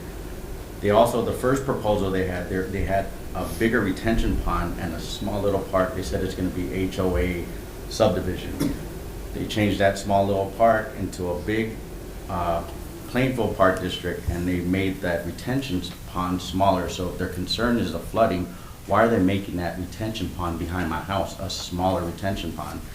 And yes, they have engineers. They've been doing this for a long time, but you can do a quick Google search and see the nightmares that D.R. Horton has with complaints. I can just read you a quick Google search that I did. It says D.R. Horton, a large U.S. home builder, has faced numerous complaints from homeowners about construction defects, including issues leading to flooding. These complaints encompass a range of concern from subpar finished work and improperly installed components. So yes, they have engineers, but if you Google search and you see on YouTube, there's flooding issues in these construction homes. So yes, we have a flooding issue already. So how can they not put either a swale behind the subdivision? I know I'm repeating myself, but that's a big issue for us, because once they build and once they move on, then we're stuck with the issues. And I also would like for you guys to table this until we, I went door to door knocking around the neighborhood with Mary and some other neighbors, and no one knew about what was going on with these meetings. And yes, Hug, you said you told Mr. Bauer that he hired some teenagers to go door to door knocking. Well, that didn't happen. So something happened. Someone dropped the ball, because no one went door to door knocking around our neighborhoods. I went directly to the houses on Vimy Ridge facing the field, or no, the ones that are affected, and none of those neighbors knew about these meetings.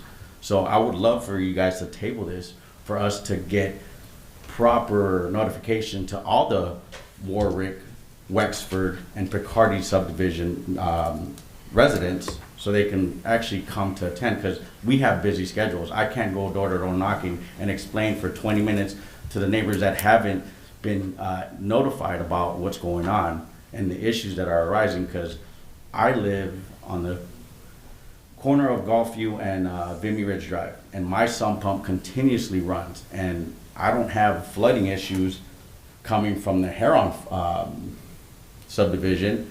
I'm nowhere near their subdivision, but the new proposed subdivision. But if this new subdivision is built and something was to happen and we start getting flood issues, that's going to be a big concern. And as you can see, there's just, I don't know, it just seems like you guys are just going to push this through, and it seems like you guys are just looking at us and laughing at us because it's going to go through, and who cares? Screw the Picardy neighbors, Picardy subdivision, screw the Wexford, screw the Warwick. That's how I feel. I'm sorry, sir, but I take offense to that, because we have been trying to help you folks. I asked this engineer to come here tonight to answer your questions, and he did come here. And we're doing everything that we can to help that subdivision. So I'm sorry that you feel that way, but I thought that was very uncalled for and very unprofessional on your part.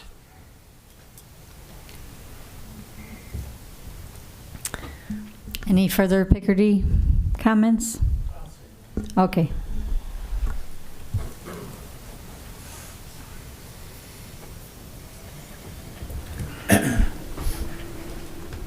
Alan didn't mean any disrespect anybody here. He has been knocking on doors. He even came back to check on people. He already knocked on their doors to make sure they were going to be here at the meeting. But he does have a point that the communications for the project didn't make it around. I go back to something that I did say earlier, and I'll kind of go back to it again. They said there's a proposal for a park from Plainfield to be in this area, and that people from Picardy could go over to this. And I'm asking, how is that laid out where there's going to be able to go from Picardy over into this new subdivision to go to a park? And if we block that off, which I'm hoping it does, how are they gonna get across there, go around and go into the roadway?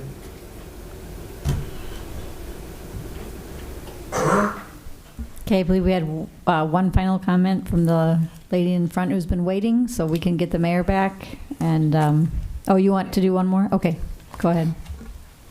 Thanks sincerely for maybe like a maximum of 60 seconds. I just want to address the specific comments that you heard relative to basin size. So I apologize, I don't recall who specifically, but somebody questioned the reduction in the size of the stormwater management basin generally along the northern boundary of the Prairie Landing subject development site. The reason that basin became smaller is because the basin to the south of it became bigger. The reason that there was that sort of trade-off is as a result of modifications to the park area that the Plainfield Park District requested. With regard to allegations regarding notice, I guess I don't really know how to respond to that. I mean, this is the 6th meeting now, or 6th opportunity, inclusive of the neighborhood meeting, where this topic, this project has been a topic of discussion. We held a neighborhood meeting in advance of the Plan Commission meeting.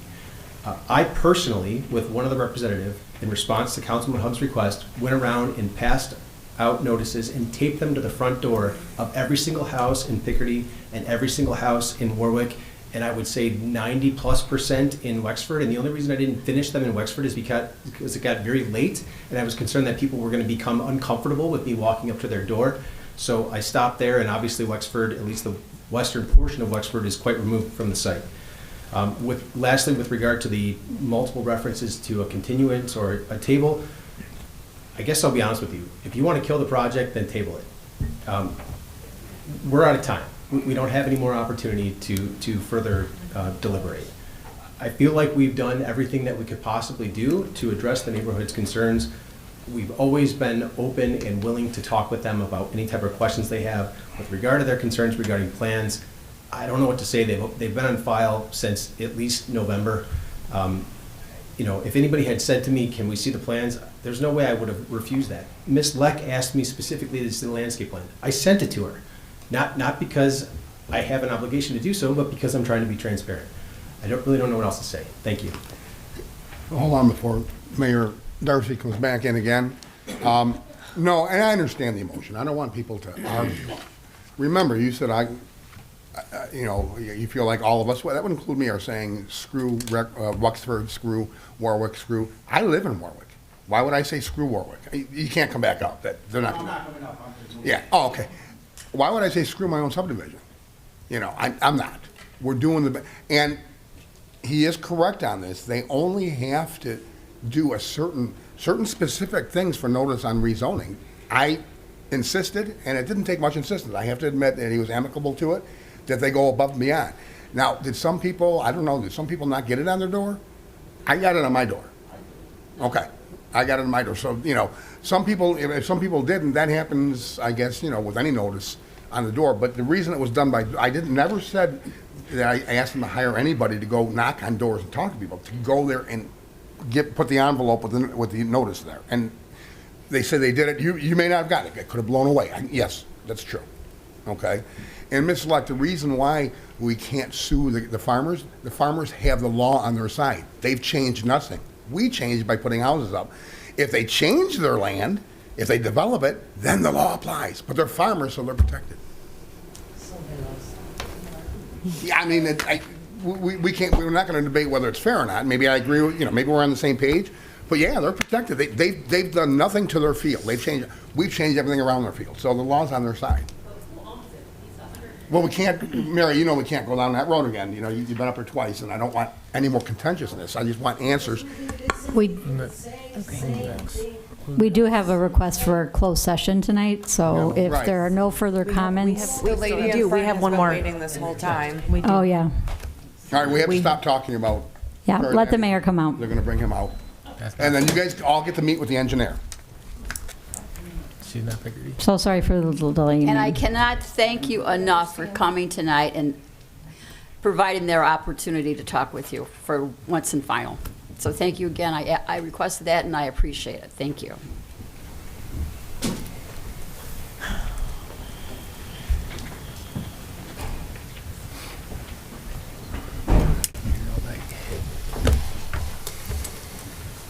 Mayor, Council, my name is Jory Gura. I reside at 1304 Clara Avenue in Joliet. I've lived there 37 years, and I'm here regarding the sports complex they would like to build on the property at 1201 Wyoming, the old Our Lady of Angels. We heard rumors of this in the neighborhood, but we were not notified. Until last Tuesday, a sign went up on the property. Sign went up on the property. I used to run our neighborhood meetings. My phone blew up from Tuesday till Friday. I worked 10 to 12 hours a day. I started addressing them on Friday night. I literally walked the neighborhood, and I went down Wyoming, Texas, Westshire, Krings, Plaza, Bartholomew, and Ingalls. One person received a postcard regarding a meeting that they supposedly had with JCA officials. 2 people received a letter last week regarding the zoning board meeting Thursday at 2 p.m. There was no one that attended this meeting that I could find that they had with JCA representatives in the fall. Not one person I talked to. The 2 people received the letter. We've had issues with traffic for a very long time. Mr. Clement, you know that. Mr. Mudron, you know that. You've been to my home before regarding this. We've had traffic studies done. We put up extra stop signs. They've done other signs, slow children playing, speed limit signs, etc. On my block alone, we have had so many cars totaled, including my son's, and a couple of them were from JCA students coming through our neighborhood and flying and misjudging corners. The cut-through traffic from Taft and JCA has been a problem. I lived there 37 years for at least the past 12 years. Some people have no driveways, so they can only street park. They borrow our driveways for the ordinance about the snow when there's 2 inches of snow. We let them park in our driveways. We have some people that have no sidewalks out in front, so we walk in the street with our dogs, with our children, or whoever. That is another issue, bringing more people into our area. I was told by the city that my street on Clara Avenue between Kenilworth and Midland, we're called a collector street. It's better known as a cut-through street. I know people that cut through my area all the time going to jobs and everything. When they dropped tubes to do the traffic count and everything, the first time they said, oh, the count must be off, it must be wrong. And it wasn't. What they did, they waited till the kids were out of school and then did the count again over the summer when there's no school traffic. The complex that they are proposing to build will hold between 55 and 7,000 people. Even if half those people drove, it'll be 3,000 extra cars in our neighborhood. They said ideally they're going to exit towards Larkin, exit down Wyoming to Plainfield Road. What happens when it gets backed up? It's going to come back through our neighborhood. We have had animals killed, we've had children hit, and everything else. What I would like to see happen, I would like to see they stop this from going to the zoning board, have a neighborhood meeting where all of us can attend a meeting with someone. And the other things I would like to see happen before it ever goes to a zoning is I would like to know how many families from JCA actually live in my neighborhood. None. I could guarantee that. Nobody lives in our neighborhood. I'd like a traffic study done on Ingalls Avenue and Wyoming, and I would like a proper meeting be held with our surrounding community, not people that live 600 feet from the property being built. The only people that are going to benefit from this is going to be JCA. Their enrollment in 2009-2010 was 1,300. 2024, it's 597. They're going to build pickleball field and all this stuff, things that no one else is going to get to use but JCA. So I'd like to see this tabled before it goes to zoning board to have a proper meeting. Thank you. Thank you. Beth, I have a question. Any questions, I'll answer. Beth, I have a question. If this was this is special use coming up at the zoning board, correct? Yes. Okay. Well, I'm talking about. Dustin, you would know more about this than I would at this point. So usually, when special use permit's coming up, the neighborhood is usually notified by postcard within a 600 feet radius. Mhm. And they're saying they never received anything. One person out of over 30 people that I spoke to. And only 2 people received the letters about the zoning board meeting, and they got those Thursday and Friday of last week. Sure. The meeting's 2 p.m. on a Thursday.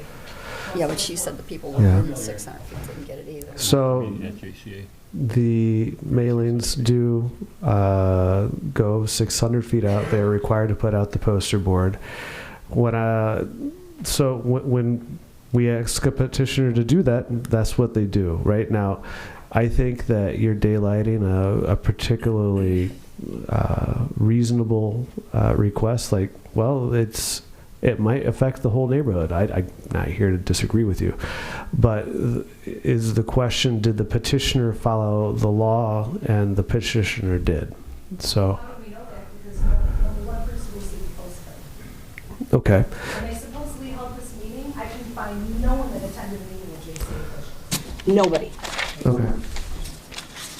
I can tell you when they held it at their open house in October of '24 to promote enrollment, because they're going to build this big sports complex. That's what they're going to do.